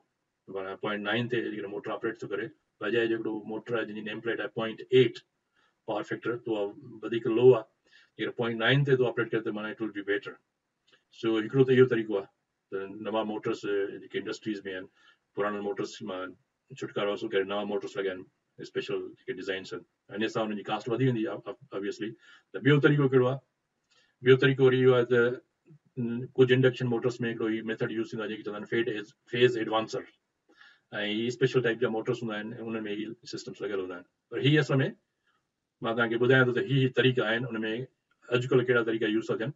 सो इहो त इंडस्ट्री जे लाइ इहो आहे त भई नओं मोटर हिकिड़ो उनजो डैमेज थी वियो आहे, हाणे नओं मोटर ख़रीद था कनि, त उनखां बहितर आहे त अहिड़ो मोटर वठनि जंहिंजो power factor high power factor ते ऑपरेट कंदो हुजे। पर एग्ज़िस्टिंग आहे त उनमें तव्हां कुझु नथा करे सघो, पोइ उन लाइ ॿियो मेथड आहे त उनखे छा कजे। त उन लाइ वरी हीअ आहे त स्टैटिक उनखे चवंदा आहिनि वार कंपनसेटर। ऐं स्टैटिक माना जेको मूव त न थिए पर उन हिकिड़ो माना फिक्स्ड हुजे, उन फिक्स्ड कैपेसिटर्स हूंदा आहिनि, त उनखे असां चवंदा आहियूं PFCCs। लास्ट वेबिनार में असां डिस्कस कयोसीं जेके चवंदा आहिनि power factor correction capacitor, PFCC stands for power factor correction capacitor. हाणे इहे हिकिड़ा स्टैटिक हूंदा आहिनि, U can not change their वार रेटिंग्स। उनमें सिर्फ़ु डिफरेंट साइज़ जा हूंदा आहिनि कैपेसिटर्स जेके इन ग्रुपिंग में भई केतिरा के वार ऑन कजे, वरी पावर फैक्टर अञा घटिजी वञे त पोइ वरी केतिरा के वार ॿिया वधीक ऑन कजे, वरी केतिरा, त उन में स्विचिंग कबी आहे इन पैटर्न सीक्वेंस में पावर फैक्टर खे इम्प्रूव करण जे लाइ। सो उहे डिफरेंट कॉम्बिनेशन्स हूंदियूं आहिनि। सो इहे हूंदा आहिनि फिक्स्ड कैपेसिटर्स, ऐं इहे हमेशह कनेक्ट थींदा हूंदा आहिनि लोड जे पैरेलल में। सो इहो जीअं नशन करणु घुरिजे। त स्टैटिक जेके वार कंपनसेटर्स हूंदा आहिनि जंहिंखे असां PFCC चवंदा आहियूं, त ही ॿई लफ़्ज़ साॻी ॻाल्हि आहे। सो तव्हां जॾहिं कंहिंजी वार्ता ॿुधो स्टैटिक वार कंपनसेटर, त डोंट गेट कंफ्यूज़्ड। उन जो मतिलबु आहे त they R talking about power factor correction capacitors, ऐं इहे हमेशह पैरेलल में कनेक्ट थींदा आहिनि लोड सां। सो हिकिड़ो इहो ॿियो तरीक़ो इहो आहे। टियों तरीक़ो वरी इहो आहे त हिकिड़े कैपेसिटर बूस्टर्स लॻाए पिया आहिनि, उहे ट्रांसमिशन लाइन्स में ख़ासि तौर ते हूंदा आहिनि जेके हिन जी लाइन इंडक्टेंस खे न्यूट्रलाइज़ कंदा आहिनि। टियों तरीक़ो वरी इहो हूंदो आहे त पावर जनरेशन साइट्स में स्पेशली जेके कुझु जनरेटर्स अहिड़ा हूंदा आहिनि जंहिंखे सिंक्रोनस कंडेंसर तौरु ऑपरेट कंदा आहिनि। सो इहे असां डिस्कस कयोसीं लास्ट वेबिनार्स में, त सिंक्रोनस जनरेटर खे जनरेटर जे बजाय एज़ अ मोटर रन कजे, ऐं पोइ जीअं त जनरेटर जी एक्साइटेशन चेंज कबी आहे, अहिड़े अनुसार सिंक्रोनस मोटर जी बि एक्साइटेशन चेंज करण सां असां पावर फैक्टर खे आराम सां वेरी करे सघूं था। त जेकॾहिं खे जनरेटर खे हिनखे जेकॾहिं असां एतिरी एक्साइटेशन ॾियूं त हीअ मोटर यूनिटी पावर फैक्टर ते ऑपरेट करे या लीडिंग पावर फैक्टर ते ऑपरेट करे, त असां सिस्टम जो पावर फैक्टर इम्प्रूव करे सघूं था हिन मेथड सां। ही कुझु जनरेशन स्टेशन में मूंखे यादि पाकिस्तान में कुझु जनरेटिंग स्टेशन्स में हीअ सिस्टम आहे त जंहिंखे कुझु जनरेटर्स खे यूज़ कंदा आहिनि एज़ अ सिंक्रोनस कंडेंसर जे तौर ते। ऐं ॿियो वरी हाणे जदीद टेक्नोलॉजी जे थ्रू जेको यूज़ थिए थो, हिते असां चवंदा आहियूं स्टैटिक वार कंपनसेटर, ऐं हाणे असां यूज़ कंदा आहियूं एक्टिव वार कंपनसेटर्स। ही बि वार मीन्स वोल्टेज ऐं रिएक्टर्स, रिएक्टिव पावर खे कंपनसेट करण जे लाइ ही एक्टिव रिएक्टर्स यूज़ कंदा आहिनि। हाणे एक्टिव वरी असां चवंदा आहियूं ड्राइव सिस्टम्स। अॼु जी जेका मॉडर्न टेक्नोलॉजी आहे जंहिंमें असां drive systems power electronics use कंदा आहियूं, IGBTs थी विया, ACRs थी विया, त उन्हनि जी स्विचिंग जे थ्रू उनमें कैपेसिटर्स लॻियल हूंदा आहिनि। ऐं जीअं जीअं सिस्टम जो पावर फैक्टर घटिबो आहे वधंदो आहे कंहिं प्लांट जो, को स्टील मिल आहे, को सीमेंट प्लांट आहे, या ॿी का बि इंडस्ट्री आहे, त ही उते यूज़ कंदा आहिनि। बजाए जो ही स्टैटिक कैपेसिटर्स यूज़ कंदा आहिनि, ही धमाके सां फाटी पवंदा आहिनि, हिन में काफ़ी सेंसिटिव हूंदा आहिनि, ऐं हिन में जेको हिकिड़ो फिक्स्ड वैल्यू हूंदो आहे जेको ऑन कबो आहे, हिन में जेको फिक्स्ड वैल्यू त आराम सां हिनखे बग़ैर कंहिं स्विचिंग जे हिते वॾा कॉन्टेक्टर्स यूज़ थींदा आहिनि या ब्रेकर जेके हिनखे क्लोज़ कंदा आहिनि, तंहिंजे करे हाई इनरश करंट हूंदो आहे। पर हिन मॉडर्न टेक्नोलॉजी में इहे क़िस्म जी स्विचिंग जेको इशू कोन हूंदो आहे, हिनखे स्टेपलेसली हिनखे चइबो आहे, बग़ैर कंहिं स्टेप जे इलेक्ट्रॉनिक स्विचिस जे थ्रू जेके IGBTs इन ते ड्राइव सिस्टम्स ते जॾहिं असां पढ़ंदासीं पोइ तव्हांखे मां हिन जे बारे में डिटेल में ॿुधाईंदुसि त इहे कीअं ऑपरेट कंदा आहिनि। और लॻे हुन में कैपेसिटर्स ई लॻल हूंदा आहिनि, पर कैपेसिटर्स में जेको चार्जिंग करंट हूंदो आहे केतिरो मोकिलिजे उहो उन डिवाइसिस खे स्विच ऑन स्विच ऑफ करण सां यूज़ कबो आहे। सो उन में अहिड़ी क़िस्म जी को बि डैमेज थियण जो को ख़तरो कोन हूंदो आहे, उन में हाई इनरश करंट कोन हूंदो आहे। सो हिन स्टैटिक वार कंपनसेटर्स में अॼु जी मॉडर्न इंडस्ट्री में these are replaced with this system, active war compensators. So he used in the drive systems में, ऐं ही मां कमीशन कया आहिनि सिस्टम्स, मां तव्हांखे ॿुधाईंदुसि त कीअं। सो इहे मेथड्स आहिनि हिननि जा, त हिननि सां असां सिस्टम जो पावर फैक्टर इम्प्रूव कंदा आहियूं। हाणे इहो असांखे ख़बर पइजी वई त higher power factor is the most desirable, ऐं असां इहो बि ॾिठोसीं त हिनखे इम्प्रूव करण जा ही मेथड्स आहिनि। हाणे नेक्स्ट जेको लास्ट पॉइंट इहा आहे, हाणे पोइ हिनखे असां जेके बि अपराटस आहिनि उनखे लॻायूं कहिड़ी जाइ ते, कहिड़ी जेका लोकेशन आहे आइडियल हूंदी जिते इन्हनि कैपेसिटर्स खे या इन्हनि कंपनसेशन जा जेके बि मेथड्स आहिनि उनखे कहिड़ी जाइ ते लॻायो वञे। त उनजे लाइ इहा आहे त उनजी जेका बेस्ट लोकेशन आहे उहा हमेशह हूंदी आहे त जंहिं बि इक्विपमेंट में असांखे पावर फैक्टर खे इम्प्रूव करण जी ज़रूरत हूंदी आहे या जेको वधीक उन जे भरिसां ई हुनखे लॻायो वञे। हाणे मूं तव्हांखे ॿुधायो त इंडक्शन मोटर आहे, त induction motor low power factor ते ऑपरेट थो करे, त उनजो पावर फैक्टर खे असांखे इम्प्रूव करिणो आहे त असां उहो पावर फैक्टर करेक्शन कैपेसिटर बि लॻायूं त उन मोटर ते ई लॻायूं। हाणे तव्हां ॾिठो हूंदो सिंगल फेज़ मोटर्स आहिनि जेके असांजे या 3 फेज़ मोटर्स बि आहिनि इंडक्शन मोटर्स, त उन में कैपेसिटर्स लॻाईंदा आहिनि हिकिड़ा, पोइ उनजी कैलकुलेशन हूंदी आहे। इट्स अ सिंपल मेथड आहे, तव्हां यूनिवर्सिटी में थी पढ़ियो हुजे त उन्हनि जे सां साइज़िंग कंदा आहिनि भई केतिरी साइज़ जो कैपेसिटर लॻाइबा आहिनि, त डायरेक्टली उते लॻाइबा आहिनि मोटर जे भरिसां ई। त उन सां छा थींदो त उहो जेको उनजो रिएक्टिव पावर आहे उहो उते ई कंपनसेट थींदो आहे, त सिस्टम मां उन ॾे ड्रा कोन थींदो आहे करंट, माना केबल्स मां या ब्रेकर्स मां करंट इन ॾे रिएक्टिव करंट कोन ईंदो आहे। सो इते ई कंपनसेट थींदो त असांजी केबल्स जेके आहिनि are relieved from carrying extra current. ऐं वरी डिस्ट्रीब्यूशन सिस्टम्स में बि करेक्शन कंदा आहिनि पावर फैक्टर्स जी, त उनजे लाइ वरी छा हूंदो आहे जो जेके सब स्टेशन्स असांजूं जेके ट्रांसमिशन लाइन्स बि हिकिड़ियूं आहिनि, सेंडिंग एंड बि हूंदी आहे, रिसीविंग सब स्टेशन्स, त जेके रिसीविंग एंड सब स्टेशन्स आहिनि उन्हनि ते ई मोस्टली लॻाया वेंदा आहिनि 11 kV साइड खां। 11 kV साइड बस बार्स ते ही कैपेसिटर्स लॻाया वेंदा आहिनि पावर फैक्टर करेक्शन्स। तव्हां ॾिठा हूंदा कि ग्रिड स्टेशन्स ते ऐं इहे असांजो रिसीविंग एंड ग्रिड स्टेशन्स आहिनि ट्रांसमिशन सिस्टम्स में, सो इहे उते लॻाइबा आहिनि। ऐं ॿियो वरी जेके स्टेटिक कैपेसिटर्स आहिनि जेके मूं तव्हांखे ॿुधाया इंडक्शन मोटर्स में हूंदा आहिनि या आर्क लैम्प्स हूंदियूं आहिनि, आर्क फर्नेसिस, त इहे हुन में अंदरि हूंदा आहिनि। तव्हां ट्यूबलाइट्स में ॾिठा हूंदा अंदरि नंढड़ा कैपेसिटर्स लॻियल हूंदा आहिनि। उनजा ॿ टे रीज़न्स हूंदा आहिनि, हिकिड़ो त उनखे स्टार्टर जे तौर ते यूज़ कंदा आहिनि, उनखे चइबो ई स्टार्टर आहे, पुराणियूं जेके ट्यूबलाइट्स आहिनि। ऐं ॿिया तव्हां ॾिसो हूंदा सीलिंग फैन आहे, त सीलिंग फैन में तव्हां ॾिठो हूंदो कैपेसिटर लॻंदो आहे, उहो सिंगल फेज़ जे लाइ स्टार्टिंग जे लाइ बि कमु ईंदो आहे ऐं प्लस पावर फैक्टर उनखे इम्प्रूव कंदो आहे उते। सो उनजा ॿ सबब हूंदा आहिनि। ऐं साॻिए नमूने जेके सिंक्रोनस कंडेंसर्स आहिनि, त इन जी लोकेशन जेका हूंदी आहे उहा हूंदी पावर जनरेशन में आहे, सो उनखे उते लॻायो वेंदो आहे। सो पर उन सां इहो थींदो आहे जो जेकॾहिं सिंक्रोनस कंडेंसर्स सां जनरेटर जे अंदरि त पावर फैक्टर खे असां इम्प्रूव कयोसीं, पर उन सूरत में जेके ट्रांसमिशन ऐं डिस्ट्रीब्यूशन सिस्टम्स आहिनि उनखे अञा बि वधीक करंट कैरी करणो पवंदो आहे जेकॾहिं असां सिर्फ़ु जनरेटिंग साइड ते जेकॾहिं पावर फैक्टर इम्प्रूव कयूं, जंहिंजे करे बहितर इहो हूंदो आहे त power factor improve equipment side ते कजे, त जीअं ही पूरी transmission line distribution line in मां एक्स्ट्रा करंट कैरी करण जी ज़रूरत ई न पए। सो आइडियल लोकेशन माने कि रेड कलर में हाईलाइट किया is always near the equipment. So ही जेके दोस्त मां जॉब में वञनि था उनखे इंटरव्यू में पुछे थो त भई पावर फैक्टर करेक्शन कैपेसिटर किथे लॻाइबा आहिनि, त इहे ॿुधायो त best location near the equipment आहे। ऐं छो उते छो लॻाइजनि, उनजो रीज़न इहो आहे त ही जेको बाक़ी जेको सिस्टम आहे उनखे they don't have to carry over current, so उनजे करे असां उनखे उन लोड जे भरिसां लॻाईंदा आहियूं।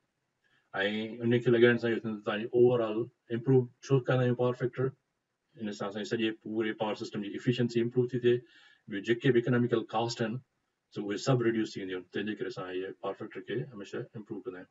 सो इहो मेन तव्हांखे होपफुली काफ़ी शयूं तव्हांखे अची वेंदियूं हुन मां, त इनखे पावर फैक्टर खे छो था इम्प्रूव कयूं, उनजो कहिड़ो रोल आहे, कीअं पूरे पावर सिस्टम ते इफेक्ट थो करे, ट्रांसफार्मर जा टेम्परेचर कीअं था वधनि, बस बार ते कहिड़ो इफेक्ट थो थिए। सो होपफुली ही तव्हांखे फुल पिक्चर इन में तव्हांखे क्लियर थी वई हूंदी। जेकर तव्हांजे ज़िन में यानी कि क्वेश्चन्स वग़ैरह हुजनि त you are most welcome. This is the end of this slide, so you can open now for question and answer.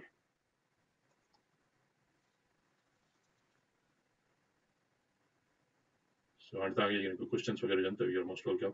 अस्सलाम वालेकुम सर तव्हां रिएक्टिव पावर जी ॻाल्हि कई त रिएक्टिव पावर जेको आहे सिस्टम में टू एंड फ्रो मूव कंदो आहे, मतिलबु उहो यूज़फुल वर्क रिएक्टिव पावर न कंदो आहे। त अगरि सर रिएक्टिव पावर असां सिस्टम में यूज़ नथा कयूं त उनजा कहिड़ा कॉन्सिक्वेंसिस थी सघनि था पावर सिस्टम ते, अगरि रिएक्टिव पावर असांजो मौजूदु न हुजे त? Good question. रिएक्टिव पावर असल में सिस्टम में हूंदो आहे, छो त इंडक्शन मोटर जी मूं तव्हांखे ॿुधायो त टे लोड मूं तव्हांखे ॿुधायो त 3 क़िस्मनि जा लोड हूंदा आहिनि पावर सिस्टम में, रेजिस्टेंस हूंदी आहे, ॿी इंडक्टेंस हूंदी आहे, कैपेसिटेंस हूंदी आहे। ऐं कैपेसिटेंस जेके तव्हां वटि को कैपेसिटर न बि आहे तव्हां हिकिड़ी सिंपली ट्रांसमिशन लाइन आहे, हिते मां तव्हांखे ॿुधायां थो त ट्रांसमिशन लाइन में छा हूंदो आहे। हिकिड़ी मां ड्रा थो कयांसि हिनखे। त सिस्टम में तव्हां अवॉइड करे कोन था सघो। सिस्टम में टे शयूं हूंदियूं आहिनि, मां रजिस्टर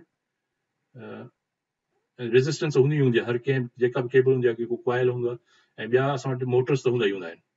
ठीकु आहे, मोटर्स त असां वटि हूंदा आहिनि। सो ही मोटर्स जो त लोड असां वटि मैक्सिमम लोड हूंदो ई मोटर्स जो असां वटि। सो ही इंडक्टेंस त असां वटि हूंदी हूंदी आहे, हिन खे असां अवॉइड करे कोन था सघूं। नंबर ॿियो त ट्रांसफॉर्मर्स जेके आहिनि, सो ट्रांसफॉर्मर्स ऑपरेट ट्रांसफॉर्मर्स जी ड्रा था कयूं पिक्चर, हीअ सिंबल हिकिड़ो सिंबल ट्रांसफॉर्मर्स जो हीअं पवंदो आहे। ठीकु आहे, हाणे हिन ट्रांसफॉर्मर्स में ही ऑपरेट छा ते कंदो आहे। ट्रांसफॉर्मर ऑपरेट कंदो आहे इंडक्शन ते, on the principle of induction. ऐं इंडक्शन जो मतिलबु इहो आहे त ट्रांसफॉर्मर में जेका वाइंडिंग हूंदी उनजे बग़ैर त तव्हांजी इंडक्शन थींदी कोन। तंहिंजे करे इंडक्टिव लोड तव्हां कंहिं बि सिस्टम खे इन जे बग़ैर ऑपरेट करे कोन था सघो। So you can not even avoid induction. Generator जी जेका वाइंडिंग आहे खुद itself is inductor. So induction त तव्हांजी हूंदी। कैपेसिटेंस केतिरी हूंदी आहे, जेकर तव्हां सिस्टम में कैपेसिटेंस न आहिनि, पर जेकॾहिं हिकिड़ी ट्रांसमिशन लाइन वञे थी न, त हिन ट्रांसमिशन लाइन जे विच में ही जेको गैप आहे हिन ॿिनि जे विच में, this is kind of capacitor, ऐं ही हिकिड़ी क़िस्म जी कैपेसिटर आहे। या वरी हिन ट्रांसमिशन लाइन ऐं हिन लाइन जे विच में बि हिकिड़ी कैपेसिटेंस आहे। साॻिए नमूने सां हिन ट्रांसमिशन लाइन ऐं ग्राउंड जे विच में, हिते असांजो ज़मीन आहे, ज़मीन ग्राउंड आहे, त हिन जे विच में बि हिकिड़ी क़िस्म जो असांजो कैपेसिटर, हिकिड़ी क़िस्म जो कैपेसिटर आहे। सो असांजो चार्जिंग करंट हमेशह कैपेसिटिव करंट हूंदो ई हूंदो आहे। ही त थियो ट्रांसमिशन लाइन्स। या हिनखे असां अहिड़े नमूने हर लाइन जो थींदो। हिनखे सपोज कयो हिन लाइन सां ऐं हिन लाइन मां तव्हांजे ग्राउंड सां is kind of capacitor. So this will very small amount of current going back and fourth. इहो थियो ट्रांसमिशन लाइन्स में। वरी जनरेटर ते जेकॾहिं असां अचूं था त ही जनरेटर जी सपोज कयो ही दिस इज द जनरेटर, ऐं जनरेटर में ही मां हिते ड्रा थो कयां 3 वाइंडिंग्स। ठीकु आहे, एतिरो तव्हांजो सिर्फ़ु आइडिया क्लियर थी वञे। त हिन में छा थींदो, जो जनरेटर जी जेका ही बॉडी आहे, हिन बॉडी ऐं हिन वाइंडिंग जे विच में इज काइंड ऑफ कैपेसिटर। साॻिए नमूने सां ट्रांसफॉर्मर्स जेकॾहिं असां ही ड्रा था कयूं, त ट्रांसफॉर्मर जी ही प्राइमरी ऐं सेकेंडरी आहे, त ट्रांसफॉर्मर जे हिन ॿिनि जे विच में जेको गैप आहे, this also creates one kind of capacitor here. हालांकि हिकु ॿिए खां आइसोलेटेड आहिनि, पर this isolation works as a capacitor. साॻिए नमूने सां वरी हिन जेका हीअ वाइंडिंग आहे, इन वाइंडिंग ऐं ग्राउंड जे विच में हिकिड़े क़िस्म जो कैपेसिटर हूंदो आहे। सेकेंडरी साइड जी वाइंडिंग ऐं ground also makes a capacitive circuit. So ही कैपेसिटिव सर्किट्स हमेशह हूंदा आहिनि। So they always draw some amount of capacitive current, माना charging current. So capacitive current IC खे IC सां ज़ाहिर कबो आहे, इंडक्टिव करंट खे IL सां ज़ाहिर कबो आहे, ऐं ही IR सां। सो ही टई करंट कंहिं बि सिस्टम में U will always have those. पर हिन जी क्वांटिटी केतिरी हूंदी आहे, इट डिपेंड थो करे त तव्हां वटि। सो इंडक्टिव लोड हमेशह घणो हूंदो आहे। ट्रांसफॉर्मर्स ही हूंदा आहिनि, जनरेटर्स जी वाइंडिंग आहे, मोटर्स वधीक आहिनि। सो इंडक्टिव लोड तव्हां वटि हूंदो आहे। इंडक्टिव लोड जे बग़ैर जनरेटर ऑपरेट कोन कंदो, छो जनरेटर खे still has to supply some amount of reactive power. उनजे बग़ैर जनरेटर ऑपरेट कोन कंदो। उहो भले ऑलमोस्ट 0 डिग्री जो हुजे, पर जनरेटर में मैग्नेटाइजेशन हूंदी आहे न, त जंहिं बि फील्ड में इलेक्ट्रिसिटी में मैग्नेटाइजेशन जे बग़ैर एनर्जी खे तव्हां ट्रांसफर नथा करे सघो। ट्रांसफार्मर में ये मैग्नेटाइजेशन जेकॾहिं न हुजे त you can not transfer energy from this side to this side. तंहिंजे करे उहा जेका मैग्नेटाइजेशन आहे, it comes from the reactive power. So reactive power सिर्फ़ु इन जे करे हूंदो आहे, मैग्नेटाइजेशन जे लाइ। रिलेज एंड कॉन्टेक्टर्स आहिनि, त उन में there are very tiny amount of magnetisation current, but you will still need that IL. So there will always be these 3 currents available in the system. You cannot run, system will never run, even the generators will never run if there is no excitation. Excitation the bagar generator voltage produce you can. So you will always have some amount of a reactive load. So hopefully you clear to you. जी sir बिल्कुल clear थी है। Thank you sir. No problem. पर कि हाणे इहो ॾिसणो इहो आहे त इन रिएक्टिव पावर जे करे सॼो तव्हांखे मां पिक्चर क्लियर कई पावर फैक्टर सां, त केतिरो रिएक्टिव पावर जेकॾहिं वधी थो वञे त उन सां कॉन्सिक्वेंसिस कहिड़ा थियनि था। तंहिंजे करे असांजी कोशिशि हूंदी आहे त उनखे इम्प्रूव कयूं पावर फैक्टर खे, ऐं उनखे असां ऑपरेट कयूं वेरी क्लोज टू यूनिटी। त जीअं जनरेटर एतिरो ओवर एक्सीटेशन न हुजे, सिर्फ़ु एक्सीटेशन एतिरी हुजे जेको असांखे जेतिरो डिमांड आहे। ऐं साॻिए नमूने सां जेकॾहिं वरी कैपेसिटेंस वधी वञे उन सूरत में वरी कॉन्सिक्वेंसेस जेके आहिनि उहे वरी असां हिकिड़ो अलॻि हिकिड़ो वेबिनार कंदासीं उन में तव्हांखे उहो ॿुधाईंसि त उन में जेकॾहिं असां वरी जेकॾहिं हिन लीडिंग में जॾहिं जनरेटर जो असां डिस्कस कंदासीं त जेकॾहिं लीडिंग के वार थी वञे जेकॾहिं कैपेसिटिव लोड वधी वञे त पोइ छा थींदो त उन सां असांजो वरी कहिड़ो कॉन्सिक्वेंसेस थींदा एक्सिटेशन ते उन सां वरी असांजी शायदि एक्सिटेशन घटिजी वेंदी you don't have to excite पर केतिरो तव्हां घटायो त उन में वरी जनरेटर जी स्टेबिलिटी ते प्रॉब्लम थींदो आहे ऐं उनजी वोल्टेज वधी वेंदी आहे त उनजा ॿिया कॉन्सिक्वेंसिस आहिनि जेकॾहिं असांजो वरी कैपेसिटिव लोड वधी वञे तंहिंजे करे ट्रांसमिशन लाइन्स में बि कोशिशि इहा कंदा आहिनि त भई लीडिंग पावर फैक्टर न हुजे उन में रेगुलेशन जो प्रॉब्लम थींदो आहे जनरेटर स्टेबिलिटी जो प्रॉब्लम हूंदो आहे जेकॾहिं वरी असांजो कैपेसिटिव लोड वधी थो वञे त पावर फैक्टर हिन पासे असांजो लेगिंग आहे पर पावर फैक्टर असांजो लीडिंग थी सघे थो न सपोज कि 30 डिग्री लीडिंग आहे हाणे असांजो 60 डिग्री लीडिंग आहे असांजो 70 डिग्री लीडिंग आहे त केतिरो वरी लीड केतिरो करे त हिन लीडिंग में वरी कैपेबिलिटी कर्व जॾहिं जनरेटर जा असां ब्रीफली डिस्कस कयोसीं लास्ट टाइम त उन में मां पोइ तव्हांखे हिकु अलॻि प्रेज़ेंटेशन हिकिड़ी ठाहींदुसि जंहिंमें हिनखे वरी फर्दर डिटेल में ॾिसंदासीं त लीडिंग के वार्स सां छा थो थिए जनरेटर जी स्टेबिलिटी ते कहिड़ो फ़र्क़ु थो पए हुनजे रेगुलेशन ते कहिड़ो फ़र्क़ु थो पए ऐं जनरेटर जेकॾहिं आउट ऑफ स्टेप हले वञे हिकिड़ो जनरेटर ट्रिप थींदो त पोइ वरी कैस्केडेड इफेक्ट थींदो हिक ॿिए पुठियां ॿिया जनरेटर्स जेके आहिनि उहे सभु ट्रिप थींदा वेंदा सो it will become a big problem Pakistan में जेको हाणे थियो उनजो जो कैस्केडेड इफेक्ट ईअं थींदो आहे त हिकिड़ो जनरेटर ट्रिप थींदो हुन सां पोइ ॿियो ट्रिप थींदो will be they become unstable so system पूरो सॼो कोलैप्स थी वेंदो ऐं पोइ वरी हुनखे रिस्टोर करण जे लाइ वरी वॾो मसइलो हूंदो आहे जॾहिं वरी रिस्टोर कबो आहे त उन जे लाइ वरी साॻिए प्रॉब्लम्स ईंदा आहिनि त वरी हिकिड़ा यूनिट स्टार्ट कंदा आहिनि उहे वरी ट्रिप थींदा आहिनि वरी ॿियो यूनिट स्टार्ट कंदा आहिनि वरी ट्रिप थींदा आहिनि so it becomes really difficult to restart or restore the whole system ऐं तव्हां रिपोर्ट्स जे जेकॾहिं तव्हां वटि ईंदियूं जॾहिं तव्हांखे ख़बर पवंदी जॾहिं हिनखे सिस्टम खे रिस्टोर कयो त केतिरा केतिरा जनरेटिंग स्टेशन से ट्रिप थी आहे वरी हिनखे रीअर स्टार्ट कंदा आहिनि so it becomes a very complicated system so it's very important question ऐं हीअ होपफुली हिननि मां तव्हांखे थोरो आइडिया थी वेंदो त हीअ कैपेसिटिव करंट्स छो कीअं सिस्टम में इफेक्ट था कनि पूरो ऐं असां वरी जॾहिं मोटर्स में फर्दर असां डिटेल में जॾहिं ड्राइव्स में पढ़ंदासीं पोइ मां तव्हांखे वरी नेक्स्ट वेबिनार जेको असांजो नेक्स्ट वीक में जेको हूंदो उन में वरी मां इहो तव्हांखे ॾींदुसि हिकिड़ो बैलेंस ऐं अनबैलेंस सिस्टम में त हिननि जे करे सिस्टम कीअं अनबैलेंस थो थिए त पोइ हुन में वरी अञा हिन पॉइंट खे वरी डिस्कस कंदासीं हीअ चार्जिंग करंट्स जेके आहिनि कीअं था इफेक्ट कनि ऐं हिननि चार्जिंग करंट्स जे करे वरी मसइलो थींदो आहे जेकॾहिं पावर फैक्टर करेक्शन कैपेसिटर्स असां डिस्कस कयोसीं त असांखे पावर फैक्टर करेक्शन कैपेसिटर्स लॻाईंदा आहियूं पावर फैक्टर इम्प्रूव करण लाइ ठीकु आहे हाणे हिन जी केतिरी साइज़ असां लॻायूं पावर फैक्टर करेक्शन कैपेसिटर जी हीअ जेको चार्जिंग करंट्स आहिनि इन्हनि ते इफेक्ट न पवे यानी सिस्टम वरी कोलैप्स न थी वञे ग्राउंड करंट वधी न वञे त हिननि जी डिज़ाइनिंग ते ही फैक्टर्स जेके आहिनि दे प्ले बिग रोल त हिननि जो जेको हुन ते कहिड़ो इफेक्ट थींदो आहे त हिन जी साइज़िंग केतिरी कीअं प्रॉपर कजे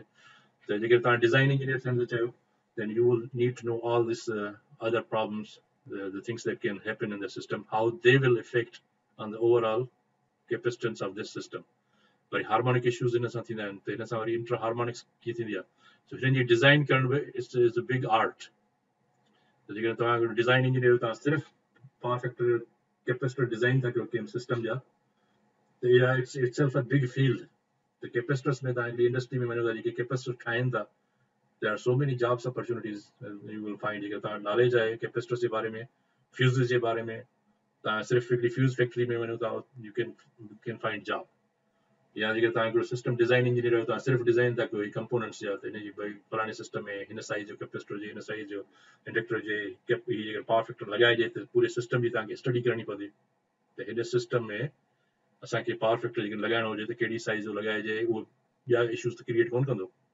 सो इहे सभु शयूं जेके कंसिडर थींदियूं त हिते हिन अॼोके वेबिनार जो सिर्फ़ु बुनियादी मक़सदु इहो ओवरऑल तव्हांखे आइडिया थिए त पावर फैक्टर जे करे सिस्टम ते इफेक्ट्स कहिड़ा थींदा आहिनि नेक्स्ट में पोइ असां इन्हनि सिस्टम्स खे डिज़ाइन कीअं कंदा आहियूं इहो वरी पोइ असां अॻिते हली जॾहिं डिज़ाइनिंग में ईंदासीं त मां तव्हांखे वरी कुझु पॉइंट्स ॿुधाईंदुसि त कहिड़ियूं कहिड़ियूं शयूं कंसीडर करणु घुरिजनि जीअं हिते मूं तव्हांखे ॿुधायो पावर फैक्टर में कंसीडर इहा कबो त इहे जेके कैपेसिटेंसिस आहिनि इन्हनि जे वैल्यूज़ जेके आहिनि केतिरा हुअणु घुरिजनि हुनजे लाइ अलॻि ई स्टैंडर्ड्स हूंदा आहिनि त हुनखे कीअं मेंटेन कजे जीअं ॿियूं वरी ट्रिपिंग्स न थियनि ॿिया इफेक्ट न थियनि हुनजे करे so it's very interesting subject त तव्हां बसि हिननि वेबिनार्स ते ध्यानु ॾियो ऐं हिनखे गौर सां हिन पॉइंट्स खे कैप्चर कयो पिए जॾहिं इहे सभु पॉइंट्स तव्हांजे ज़हन में हूंदियूं त पोइ तव्हांखे ख़बर पवंदी सिस्टम खे कीअं डिज़ाइन कजे ऐं डिज़ाइन कजे त हुनजो इन्फ्लुएंस या इफेक्ट ॿियनि ते कहिड़ो थो थिए त उनजी प्रॉपर डिज़ाइन कीअं कजे. इलाही हेल्पफुल सर, काफ़ी कंफ्यूजन दूर थी वई. हे फर्स्ट टाइम तव्हांजा हिनखे वरी रिव्यू कंदो जॾहिं मां इहे अपलोड कंदुसि, जेके काफ़ी पॉइंट्स जेके तव्हांजा रहिजी वई हूंदियूं, छो त 1-to-1 असांजी कोन्हे डिस्कशन. ऐं क्लास इन क्लास माण्हू हुजे त पोइ वधीक माण्हू क्लियर सम्झाए सघे थो, हिकिड़े हंधि स्टॉप करे सघे थो. वेबिनार जी इहा थोरी लिमिटेशन आहे जो कुझु पॉइंट्स वरी माण्हू माने कंप्लीट करण खां पोइ वरी तव्हां हिकिड़ो ई माण्हू ॻाल्हाए सघे थो न माइक्रोफोन ते. सो होपफुली तव्हांखे हिन मां काफ़ी आइडिया मिली वेंदो. जो सर तव्हां पावर फैक्टर जी जेका ॿुधाई आहे डेफिनेशन, इहा त हिकिड़ी मैथमेटिकल डेफिनेशन आहे त it's a ratio of active power upon apparent power, या it's a cosine of angle between voltage and current. अगरि सर असां हुनजी हिकिड़ी थियोरिटिकल डेफिनेशन ठाहिणु चाहियूं त असां चई सघूं था त it's a ratio which shows that how effectively active power is consumed is called power factor. मतलब जेतिरो पावर फैक्टर वधीक हूंदो ओतिरो असांजो एक्टिव पावर ठीक तरीक़े सां कंज़्यूम थींदो ऐं उहो लॉसिस में असांजो ज़ाया न थींदो, वेस्ट न थींदो. असां चई सघूं था पावर बिल्कुलु फैक्टर तव्हां चई सघो था, छो त इहो फैक्टर आहे न, इहो फैक्टर इट फैक्टर्स इन. त सम्झंदा आहियो भई the factor did U factor in this point, त माना उन में उहो फैक्टर इन तव्हां कयो त उहो फैक्टर कीअं थो सिधो सो तव्हां जेकॾहिं इक्वेशन खे तव्हां वठंदो न त असांजो kilowatt is equal to V I, तव्हां फ़िलहाल स्क्वायर रूट खे छॾे था ॾियूंसि, V I cosine phi. Now this is the factor. हिकिड़ो फैक्टर आहे जेको तव्हां हिन एस सां चओ हिते असां लिखूं था पी एस, हिन एस खे तव्हां हिन फैक्टर सां हिकिड़ो फैक्टर आहे, हिन फैक्टर सां तव्हां मल्टीप्लाई था कयो हिनखे. हिनखे जॾहिं असां हिन फैक्टर सां मल्टीप्लाई था कयूं then we get this much thing. माना ही इन जो मतिलबु त ही अमाउंट जेको आहे सो असांजो वधीक आहे इनखे इन ऐं उहो जेको फैक्टर असांजो हूंदो आहे 1 खां 0 ताईं हूंदो आहे. त हिनखे जेकॾहिं असां 1 फैक्टर सां काउंट कंदासीं त असांजो मैक्सिमम हूंदो, both will be equal, P will be equal to S. पर हमेशह ही 1 खां घटि हूंदो आहे, सो 0 पॉइंट सपोज कयो 9 आहे या 0.8 आहे, 0.7 आहे. So this is the factor that you are multiplying with this. हुनजे करे असां हिनखे ऐं छा खे था मल्टीप्लाई कयूं, असां पावर खे था मल्टीप्लाई कयूं न हिन फैक्टर सां. हुनजे करे हिन फैक्टर खे असां तॾहिं चवंदा आहियूं power factor. Factor which we are multiplying to a power component, that's why we call it power factor. न त असां सिंपली हिकिड़ो फैक्टर ई चऊं न, इहो असल में कोसाइन ई आहे. ट्रायंगल में त इहा कोसाइन ई खे ज़ाहिर थी करे न रिलेशनशिप खे. तंहिंजे करे असां हिनखे फैक्टर खे वरी ज़ाहिर छा था कोसाइन सां, छो त हिन जो रिलेशनशिप आहे राइट ट्रायंगल सां. ऐं राइट ट्रायंगल में असांखे ख़बर आहे कोसाइन बराबरि हूंदी आहे बेस ओवर हेपाटिन्यूज़, ऐं बेस असांजो ॾिठो थींदो पी आहे ऐं हेपाटिन्यूज़ असांजो एस आहे. हीअ जेको फैक्टर आहे हिनखे असां हिन फैक्टर खे असां हिन सां ज़ाहिर कंदा आहियूं. सो तव्हां डिफरेंट नमूने सां हुनखे एक्सप्लेन करे सघो था. So no problem. जेको तव्हांखे बेस्ट हिन मां एक्सप्लेनेशन सम्झ में अचे त तव्हां कीअं था हुनखे ट्रीट कयो. It's the same thing. So it's a factor which is always multiplied to determine how much power we can get. So तव्हां हिनखे रिव्यू कयो प्रेज़ेंटेशन खे, त होपफुली तव्हांखे अञा वधीक पॉइंट्स क्लियर थी वञे. तव्हां पंहिंजा नोट्स हिन मां वठो. एतिरियूं घणी स्लाइड्स हुयूं कोन, हुयूं 5-6 स्लाइड्स हुयूं, त तव्हां अञा नोट्स ठाहे तव्हां हुनखे रेफर कंदो फ्यूचर जे लाइ, त it will be very helpful for U. त तव्हांखे जेके पॉइंट्स कुझु विसरी थी वञनि या हुनखे वापसि रेफर कयो भई हिन जनरेटर ते कीअं इफेक्ट थो थिए, ओवर टेम्परेचर कीअं था थियनि. त तव्हांखे ट्रबल शूटिंग में हेल्प तव्हां जेकर तव्हां कंहिं फील्ड सर्विस में आहियो, तव्हांजो जॉब आहे, तव्हां as a trouble shooting engineer आहियो या मेंटेनेंस इंजीनियर आहियो कंहिं प्लांट में, त उते तव्हांखे आइडिया थींदो त भई हीअ का शइ जेकॾहिं डैमेज थी थिए त तव्हां जेकर हुनखे इन्वेस्टिगेट था कयो भई फलाणो मोटर डैमेज थी वियो या जनरेटर डैमेज थी वियो या ट्रांसफॉर्मर जी वाइंडिंग डैमेज थी वई, त उनखे जेकर तव्हांखे इन्वेस्टिगेट करिणो आहे त तव्हां आराम सां इन्हनि फैक्टर्स खे ज़हन नशीन कंदो त यार हिन जे करे ओवर टेम्परेचर त कोन थियो, पावर फैक्टर हुन वक़्तु छा हो. त तव्हां सॼो जॾहिं इन्वेस्टिगेट कबो आहे त इहो मालूम कबो आहे त भई उन वक़्तु छा थियो, जंहिं वक़्तु इहो डैमेज थियो, त केतिरे लोड ते हुन वक़्तु लोड केतिरो हो, ऑपरेटिंग कंडीशंस कहिड़ियूं कहिड़ियूं हुयूं, ऐं पोइ तव्हां इहे पावर फैक्टर्स खे इन्वेस्टिगेट कंदो त तव्हांखे ईज़ीली तव्हां ट्रबल शूट कंदो त भई हिन जो रूट काज़ कहिड़ो हो, छाजे करे फेल थियो. तव्हांखे आइडिया त भई प्रोटेक्शन जेकॾहिं हुई त प्रोटेक्शन ऑपरेट छो कोन कयो, हुनखे छो कोन प्रोटेक्ट कयईं. सो अहिड़े नमूने सां तव्हां हुनखे आराम सां आइडेंटिफाई करे सघो था प्रॉब्लम खे. ऐं ट्रबल शूटिंग में तव्हांखे इहे कॉन्सेप्ट जी बेस ते हिन इक्वेशन खे तव्हां साम्हूं रखे, जीअं मूं तव्हांखे इक्वेशन ॿुधाई एक्सएल ऐं एक्ससी वारी, इन मां तव्हांखे आइडिया थींदो. डीसी जो तव्हांखे आइडिया थी वियो भई डीसी छो कोन था ॾियूं असां हिनखे, त इन इक्वेशन्स खे तव्हां सम्झ में अची वेंदियूं त तव्हांखे सॼो ख़बर पइजी वेंदी थियोरिटिकल मां प्रैक्टिकली कीअं थियूं कमु थियनि. सो इन ते तव्हां वधि में वधि फोकस कयो. तव्हांखे कॉम्प्लिकेटेड डिफरेंशियल इक्वेशन्स खे सॉल्व करण जी ज़रूरत ई कोन्हे का. जीअं मूं तव्हांखे ॿियो हिकिड़ो हिन में पॉइंट जेका मूं तव्हांखे ॿुधाई डिस्कस कई पे फेराडे जी या जनरेटर जी, जंहिंमें मूं तव्हांखे ॿुधायो त लेंथ ऐं हुनजी मैग्नेटिक फील्ड जी स्ट्रेंथ ऐं स्पीड ते डिपेंड कंदी आहे वोल्टेज. सो इहे 3 फैक्टर्स आहिनि. हुन में तव्हांखे ख़बर आहे त जनरेटर जी साइज़ हिकिड़ो दफ़ो ठही वई त हुनजी लेंथ त तव्हां चेंज करे कोन था सघो. कंडक्टर जी साइज़ त फिक्स थी वई ऐं ॿियो स्पीड बि हुनजी फिक्स आहे. त पोइ तव्हां ॾिसंदो इक्वेशन मां ॿियो कहिड़ो फैक्टर आहे जंहिंसां तव्हां चेंज था कयो. उहो फैक्टर आहे बाक़ी हुनजो एक्सिटेशन. उनखे असां घटाए वधाए सघूं था, उन सां असां वोल्टेज कंट्रोल करे सघूं था. त असांजो इहो आइडिया क्लियर थी वियो त एक्सिटेशन सां असां जेका जनरेटर जी वोल्टेज वग़ैरह रेगुलेट कंदा आहियूं या ॿियनि लफ़्ज़नि में रिएक्टिव पावर कंट्रोल कंदा आहियूं उहो थ्रू कंदा आहियूं एक्सिटेशन जे. ऐं बाक़ी जो एक्टिव पावर आहे उहो असां कंट्रोल कंदा आहियूं. जीअं जीअं लोड जनरेटर ते वधंदो आहे त हुनजी स्पीड घटिजी वेंदी आहे. सो एनर्जी ट्रांसफर इहो वरी हिन जो एनर्जी सां रिलेशन आहे. त केतिरी काइनेटिक एनर्जी तव्हां कन्वर्ट था कयो इलेक्ट्रिकल एनर्जी में, त जेतिरो लोड तव्हां वधाईंदो त हुनजी स्पीड घटिजी वेंदी आहे. उन स्पीड खे वरी वापसि 3000 RPM ते जेकॾहिं 2 पोल जनरेटर आहे 50 हर्ट्ज़ ते ऑपरेट थो करे त 3000 RPM ते वापसि रखण जे लाइ तव्हांखे वधीक टर्बाइन जी स्पीड खे वधाइणो पवंदो. उन लाइ हुन जो मतिलबु तव्हांखे वधीक फ्यूल ॾियणो पवंदो. स्टीम वधीक ॾियणी पवंदी. स्टीम वधीक ॾियण जो मतिलबु तव्हांखे फ्यूल वधीक लॻाइणो पवंदो. ॿियनि लफ़्ज़नि में उहा एनर्जी असल में अचे थी फ्यूल मां. त तव्हां जेको फ्यूल बर्न था कयो त उन मां एनर्जी चेंज थी थिए मैकेनिकल मां इलेक्ट्रिकल में. त पावर जेको आहे उहो असां जेको कंट्रोल कंदा आहियूं by controlling the energy input. So simply in equation में तव्हांखे इहा ख़बर पइजी वेंदी त एनर्जी इनपुट खे कंट्रोल करण सां या ॿियनि लफ़्ज़नि में फ्यूल वाल्व उनखे चइबो आहे. माना जंहिं वाल्व मां फ्यूल अचे थो बर्नर बॉइलर खे में जेकॾहिं मूंखे वधीक स्टीम खपे वधीक पावर जे लाइ त I have to burn more fuel. ऐं साॻिए नमूने कार आहिनि. कार खे जेकॾहिं तव्हां हिकिड़ी स्पीड सां वञो था तव्हांखे मोर पावर खपे त असां एक्सीलेटर खे वधीक दॿाईंदा आहियूं न to give us higher speed. ऐं एक्सीलेटर खे दॿाइण सां छा थींदो आहे त हुन में वधीक फ्यूल बर्न थींदो आहे.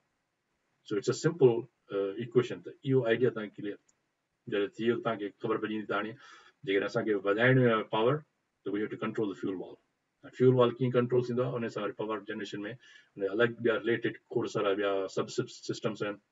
त किथां सिग्नल काॾे वेंदो आहे उहो सिग्नल फाइनली उन ते फ्यूल ते जो कंट्रोल वाल्व आहे उनखे कंट्रोल कंदो आहे. जेकॾहिं गैस टर्बाइन आहे त गैस टर्बाइन में फ्यूल खे कंट्रोल कंदा आहिनि त उहो केतिरो फ्यूल वञे केतिरे पावर जे लाइ. इहे सॼियूं इक्वेशन्स ते इन ते डिपेंड थो करे त केतिरे पावर जे लाइ इन स्पीड खे मेंटेन करण लाइ केतिरो फ्यूल खपे. त फ्यूल जो जेको वाल्व आहे केतिरा डिग्रीज़ ओपन थियल हुजे. 100% ओपन हुजे, 90% ओपन हुजे, 70% ओपन हुजे. पोइ वरी हिते अचे थो इंस्ट्रूमेंटेशन. त हाणे वरी इंस्ट्रूमेंटेशन जेके इहे सिस्टम्स जेके उहो इंस्ट्रूमेंटेशन इंजीनियर आहे उहो वञी हुनखे कैलिब्रेट कंदो. हुनजे वाल्व जी पोज़ीशन्स खे ॾिसंदो त भई 10%, 50%, 20% वाल्व जेको आहे हेतिरो सिग्नल अचे थो उन सिग्नल जे हिसाब सां वाल्व ओतिरा डिग्रीज़ ओपन थिए थो या ओतिरा परसेंटेज ओपन नथो थिए. त इहो वरी सॼी कैलिब्रेशन इंस्ट्रूमेंटेशन इंजीनियर कंदो. पर एज़ ए इलेक्ट्रिकल इंजीनियर तव्हांखे आइडिया हुजे तव्हां कहिड़ी शइ खे कंट्रोल था कयो, केतिरा परसेंटेज तव्हांखे कंट्रोल करणु घुरिजे, इन में वरी पोइ सॼो कंट्रोल इंजीनियरिंग इन्वॉल्व थी थिए. सो हिन मां ई तव्हांखे आइडिया सॼो क्लियर थी वेंदो. अहिड़े नमूने सां वोल्टेज रेगुलेशन आहे त उहा तव्हांखे ॿुधायो त वोल्टेज सां ई कंट्रोल कंदी आहे.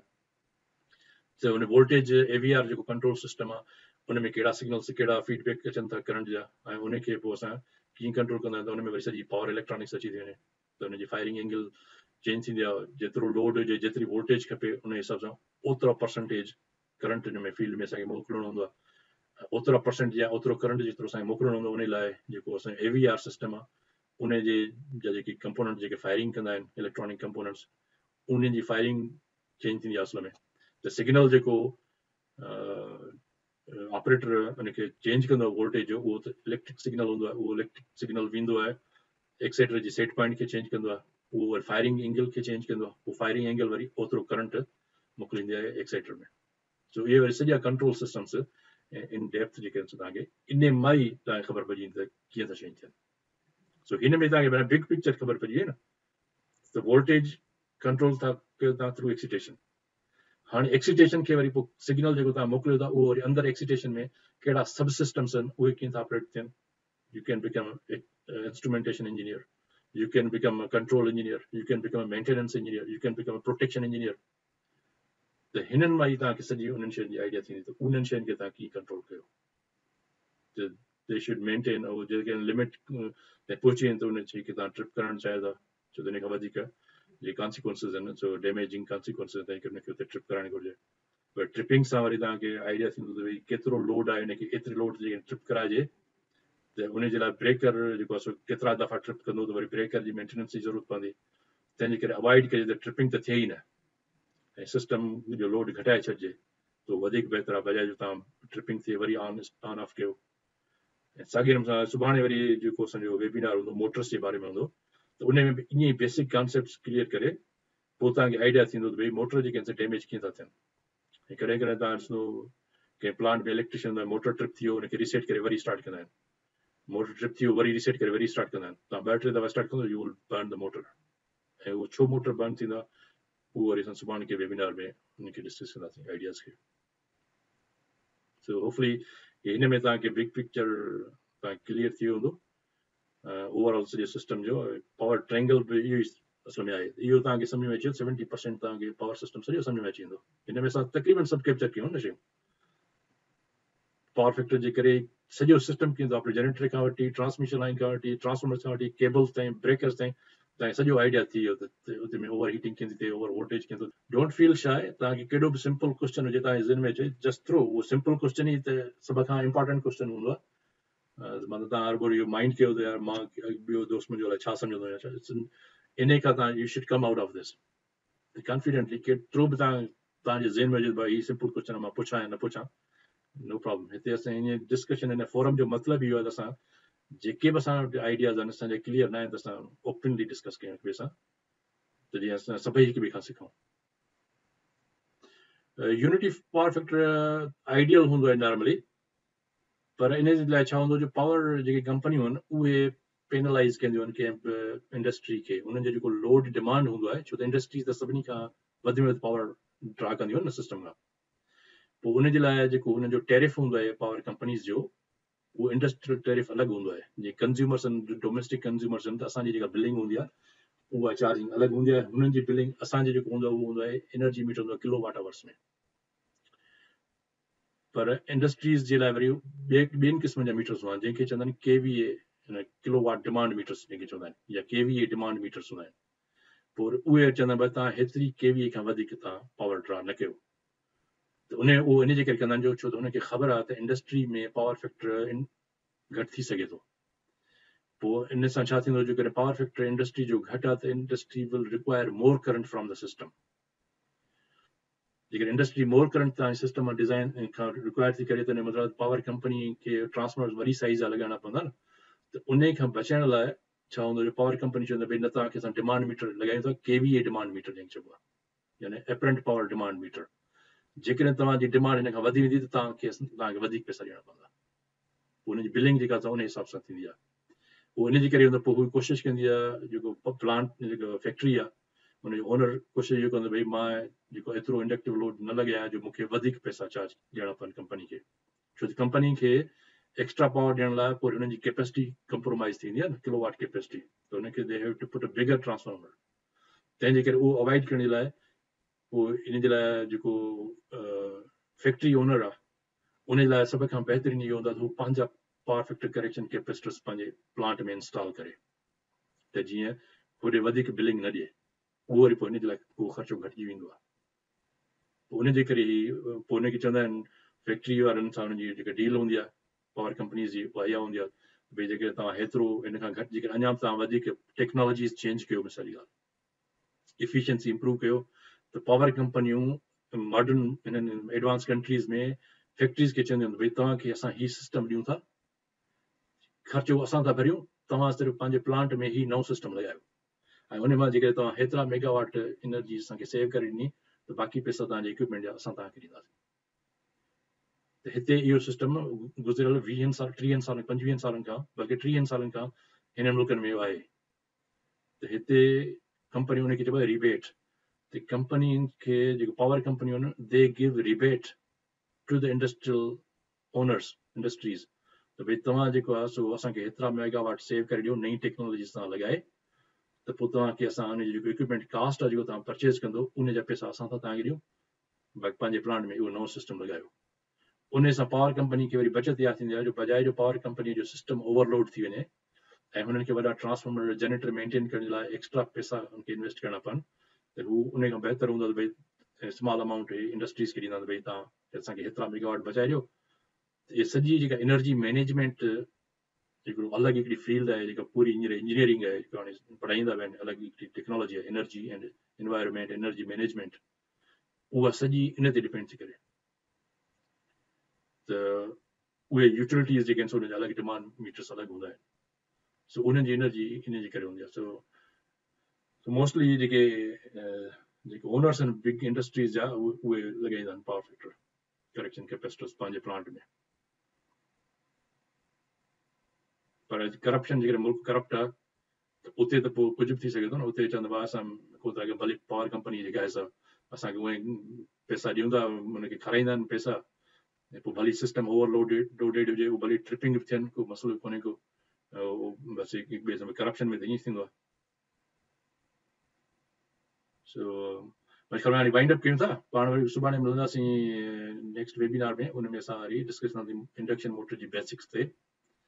त उन में बि हिकिड़ी सिंपल इक्वेशन मां तव्हांखे ॿुधायांसि, पोइ उन ते तव्हांखे सॼो ख़बर पइजी वेंदी इंडक्शन मोटर कीअं ऑपरेट थो करे, हुनजा कहिड़ा जेके कॉन्सिक्वेंस आहिनि, पोइ हुनजा स्टार्टिंग मेथड्स असां ॾिसंदासीं इंडस्ट्रीज़ में। पोइ ड्राइव सिस्टम्स जेके आहिनि इहो अलॻि माना हिकिड़ी वॾो सब्जेक्ट आहे। सो मां गुज़िरियल सम्झो त तक़रीबन 18 साल खां त I am involve with drive systems, जंहिंमें मां काफ़ी सारे प्रोजेक्ट्स कमीशन कया आहिनि वर्ल्ड वाइड। त उहो ड्राइव सिस्टम्स पोइ हुन मोटर खे कीअं कंट्रोल कंदा आहिनि, उन जूं ड्राइव जूं कहिड़ियूं टाइप्स आहिनि, उहो वरी अलॻि सां ड्राइव जो कंदासीं। पर सुभाणे असां बेसिक्स खे कवर कंदासीं त मोटर जी अंडरस्टैंडिंग असांखे अची वञे, पोइ तव्हांखे हिन में आइडिया क्लियर थींदो पोइ बि ड्राइव सिस्टम्स कीअं आहिनि। तव्हां ड्राइव में बेशुमार जॉब्स आहिनि, हज़ारें जॉब्स आहिनि, because there are so many different drives. Even Sindh में, पूरे पाकिस्तान में हर इंडस्ट्री में तव्हांखे अॼुकल्ह मॉडर्न ड्राइव्स तव्हांखे मिलंदियूं। हुन में सीमेंस जूं ड्राइव्स हुजनि, हुन में एबीबी जूं ड्राइव्स हुजनि, हुते हुन में यास्कावा जूं ड्राइव्स हुजनि, ईटन जूं ड्राइव्स, दुनिया में खोड़ तोशीबा जूं ड्राइव्स आहिनि। त मुख़्तलिफ़ कंपनीज़ जूं ड्राइव्स कीअं थियूं ऑपरेट कनि, उन में मां तव्हांखे अलॻि वेबिनार्स ॾेई सघंदी हली। त उहे ड्राइव्स जेके आहिनि या सॉफ्ट स्टार्टर्स आहिनि, उहे कीअं था ऑपरेट कनि। मां हितां स्पेशली कैनेडा में आयुसि 2010 में, त डेरकी में मां ड्राइव सिस्टम्स उन्हनि फर्स्ट टाइम परचेज़ कयो, तो मां उते कमीशन कयो। ॿियो हिकिड़ो सॉफ्ट स्टार्टर रोड में नेशनल रिफाइनरी में कराची में, उनखे मां कमीशन हिकिड़े ॾींहं में आयुसि, हाफ अ डे में उहा मां कमीशन कई। सो इन्हनि में बेशुमार जॉब्स आहिनि, तव्हांजे लाइ हज़ारें जॉब्स आहिनि, इवन सिंध में। पर जेकॾहिं हीअ तव्हांखे आइडियाज़ क्लियर हूंदा न त ड्राइव सिस्टम्स कीअं थियूं कमु कनि, त पोइ तव्हां आराम सां एडिशनल माना लिटिल बिट हुन में हूंदो आहे ट्रेनिंग एक्स्ट्रा हुन पर्टिकुलर प्रोडक्ट जी, हफ़्ते खनि जी वधि में ट्रेनिंग। पर हीअ जेकॾहिं तव्हांखे मैथमेटिकल ऐं इलेक्ट्रिकल कॉन्सेप्ट्स क्लियर हूंदा फंडामेंटल्स जा, त drive systems is not a big deal.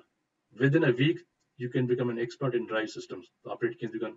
उन खां पोइ तव्हांखे थोरो फील्ड जो तजुर्बो ऐं कंहिं ॿिए सीनियर इंजीनियर सां तव्हां गॾिजी वेंदो, त ॾिसंदो त भई वाकई हिन में कीअं सेटिंग कबी आहे, कीअं स्टार्ट कबो आहे, कीअं ऑपरेट कबो आहे। त हीअ सॼी सम्झो त हज़ारें, there are thousands of jobs, specially जेके डेवलपिंग कंट्रीज़ आहिनि न, या मिडिल ईस्ट में तव्हांखे बेशुमार ड्राइव्स तव्हांखे मिलंदियूं। हर सिस्टम में हर मोटर्स ते ड्राइव्स आहिनि। उन ड्राइव जी कमीशनिंग जे लाइ आम माण्हू टेक्निकल माण्हू ते जी तमामु घणी खोट आहे। इवन हिते कैनेडा में they don't find people for technical jobs. पर उहे टेक्निकल जॉब्स तव्हांखे तॾहिं ईंदा जॾहिं हीअ तव्हांजा कॉन्सेप्ट्स क्लियर हूंदा न, त पोइ तव्हांखे आराम सां ड्राइव जी ख़बर हूंदी त ड्राइव पोइ ऑपरेट कीअं थियूं कनि। मोटर जी प्रिंसिपल जी तव्हांखे ख़बर हूंदी त यू कैन ईज़ीली अंडरस्टैंड त ड्राइव खे तव्हां कीअं कंट्रोल कंदो, मोटर खे कीअं कंट्रोल कंदी, मोटर कीअं कंट्रोल कंदो, त सिस्टम कीअं कंट्रोल कंदो। पोइ तव्हांखे मुख़्तलिफ़ प्रोसेसिस जी ख़बर पइजी वेंदी, भई कन्वेयर सिस्टम आहे त कीअं थो ऑपरेट करे, हुनजी स्पीड चेंज करण सां कन्वेयर ते छा थींदो, कन्वेयर कीअं डैमेज थींदो, या हीअ जेके मथे क्रेनूं आहिनि हुनखे होइस्टिंग चइबो आहे, ये होइस्टिंग कीअं थो ऑपरेट करे, हुनजी ब्रेकिंग सिस्टम कीअं थो कमु करे, त हुनजी सेटिंग कीअं ड्राइव में कजे त जीअं अहिड़े स्मूथली ऑपरेट कनि। त हीअ जेके बि तव्हां पोर्ट ते ॾिसंदो, कासिम पोर्ट हुजे या ॿी पोर्ट्स हुजे जेके सामान लोड अनलोड कंदा आहिनि, ट्रकुनि में वॾा जेके कंटेनर शिप हूंदा आहिनि उन्हनि तां, त they all use these cranes जेके होइस्टिंग चइबो आहे, होइस्टिंग सिस्टम। तव्हांखे हुननि होइस्टिंग जी you can get a job only in hoisting controls. You can only get a job in power generation on drive sites. Yeah, industry में जे control system, the drive system. So हज़ारें, there are thousands of jobs. जेकॾहिं तव्हां ही पंहिंजा skills develop करे वठा न इन 2 महीननि में, fundamentals जेके आहिनि, इन्हनि ते तव्हांजी जेकॾहिं सॉलिड गुड कमांड अची वई न, then everything is will be very easy for you. And hopefully हिन मां सम्झां थो हिन वेबिनार खे जेकॾहिं तव्हां पॉइंट्स कैच कयूं आहिनि जेकॾहिं त तव्हांखे ओवरऑल सॼी पिक्चर तव्हांखे सॼी क्लियर थी वेंदी न त सिस्टम कीअं थो ऑपरेट करे, त पोइ तव्हां इज़ीली जेको आहे उनखे तव्हां रिव्यू कयो, ॿ टे दफ़ा यादि कयो, तव्हांखे रटो हणण जी ज़रूरत ई न आहे, तव्हांखे सिर्फ़ु सम्झण जी ज़रूरत आहे, पोइ तव्हांखे इहा ख़बर हुजे त इंफॉर्मेशन कहिड़ी जाइ ते पियल आहे, उनखे कीअं रेफर कजे। असां वटि यूनिवर्सिटी में त असांजो खानो ख़राबु कंदा आहिनि न टीचर्स, असांखे रटो लॻाए असांजा ला कढी छॾींदा आहिनि, 4-4 साल 5 साल असांखे ज़लील कंदा आहिनि। असल में बेसिक कॉन्सेप्ट्स आहिनि जेके तव्हांखे 2-3 महीननि में सम्झ में अची सघनि था। बाक़ी इहो आहे त तव्हांजी स्मार्टनेस इहा आहे त तव्हांखे ख़बर हुजे त भई इंफॉर्मेशन कहिड़ी जाइ ते पियल आहे ऐं उतां इंफॉर्मेशन कीअं आहे कढी अचिजे, पोइ उनखे वरी ओॾी महिल माण्हू ॾिसी वठे, तव्हांखे रटे लॻाइण जी ज़रूरत ई कोन्हे। इक्वेशन्स जा बेसिक ख़बर हुजे न त भई हिन इक्वेशन छा खे थी ज़ाहिर करे, जॾहिं उहा तव्हांखे ख़बर पइजी तव्हांखे इक्वेशन रटे जी ज़रूरत कोन्हे, तव्हांखे विसरी इक्वेशन तव्हां बुक खोले ॾिसो त भई हिन इक्वेशन हीअ आहे। So in the thinking, you have to change your thinking, the how to look at the things.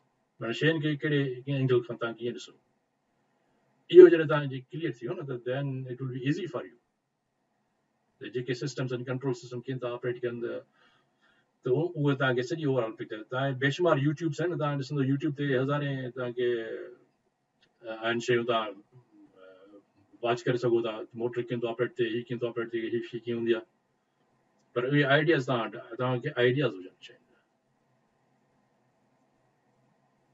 सो उहे तव्हां क्लियर कयो। हीअं 2-3 महीना जेके मुंहिंजा वेबिनार्स तव्हां ॾिसंदो, होपफुली मां I am trying my best तव्हांखे फुल टाइम ॾियां थो। नेक्स्ट मंथ त मुंहिंजो एक्सट्रीमली बिज़ी आहे, शायदि असांखे 1-2 वेबिनार विच में पोस्टपोन करणा पवनि, छो त मूंखे 2-3 प्रोजेक्ट्स ते वञिणो आहे। So this was good month, हीउ सॼो महीनो जेको ॾाढो ज़बरदस्त असां यूज़ कयोसीं, ऐं हिन में मां काफ़ी सारा, पर इन सां गॾो गॾु विच में जेकॾहिं मां सैटरडे संडे के साइट ते वञिणो आहे त पोइ मां तव्हांखे ॿुधाईंदुसि भई हिन हफ़्ते असां कोन था कंडक्ट करे सघूं, पर मुंहिंजी कोशिशि इहा हूंदी त असां को बि मिस न कयूं वीक, ऐं हुन ते मां जेकॾहिं होटल ते बि हूंदुसि त I can give you maybe 1 hour presentation, no problem, so उहो ईअं बि करे सघंदासीं। सो फेबरवरी जो महीनो असल में मुंहिंजो काफ़ी आहे टफ, फेबरवरी मार्च अप्रैल 2-3 लाॻीता महीना जेके आहिनि, त मुंहिंजा 2-3 प्रोजेक्ट्स आहिनि। हिकिड़ी साइट ते वरी मूंखे एडिशनल रिक्वायरमेंट आहे, मूंखे इंटरव्यू कुझु कंडक्ट करणा आहिनि माण्हुनि जा, 27-28 माण्हुनि जा हिन महीने में, उहो सॼो मां ऑर्गेनाइज़ पियो कयां। So I am very very busy for the next few weeks, पर असां कोशिशि कंदासीं त घटि में घटि हफ़्ते में असां हिकिड़ो त वेबिनार कंदासीं। सो मां तव्हां सां I will be always in communication. So ॿियो को तव्हांजो क्वेश्चन हुजे या छा, मुंहिंजे ख़्याल हाणे काफ़ी असां 2 कलाकनि ताईं हलियो वेबिनार। सो ही शेयर कयो इंफॉर्मेशन ॿियनि दोस्तनि सां, ॿियनि सां शेयर कंदो, ॿियनि खे एक्सप्लेन कयो, तव्हांजे कॉन्सेप्ट वधीक क्लियर थींदा। तव्हां ख़ुदि सम्झो, ख़ुदि सम्झण खां पोइ वरी ॿियनि दोस्तनि सां गॾिजी डिस्कस कयो, त पोइ उन सां तव्हांजो जेको आहे आइडियाज़ वधीक क्लियर थींदा। जेकॾहिं हिक ॿिए सां नॉलेज डिस्कशन कंदो न, then it will be easier for you guys. ऐं नोट्स टेकिंग कंदा कयो, हमेशह नोट्स ठाहींदा कयो, पंहिंजा जेका नई शइ तव्हां सिखी, नई शइ लर्न कई, right it in your on language, भले सिंधी में लिखो, पर पंहिंजे लफ़्ज़नि में, पंहिंजे वर्डिंग में, जीअं तव्हां हुनखे सम्झी सघिया आहियो। त इहो मां त अॼु ॾींहं ताईं ईअं कंदो आहियां, पंहिंजो जेका नओं कॉन्सेप्ट मुंहिंजे ज़हन में अचे थो, क्लिक कंदो त आई right it in my own way, कि ही हिन सां हीअं थियो। It's a good habit and good practice actually. Okay, thank you very much and see you tomorrow.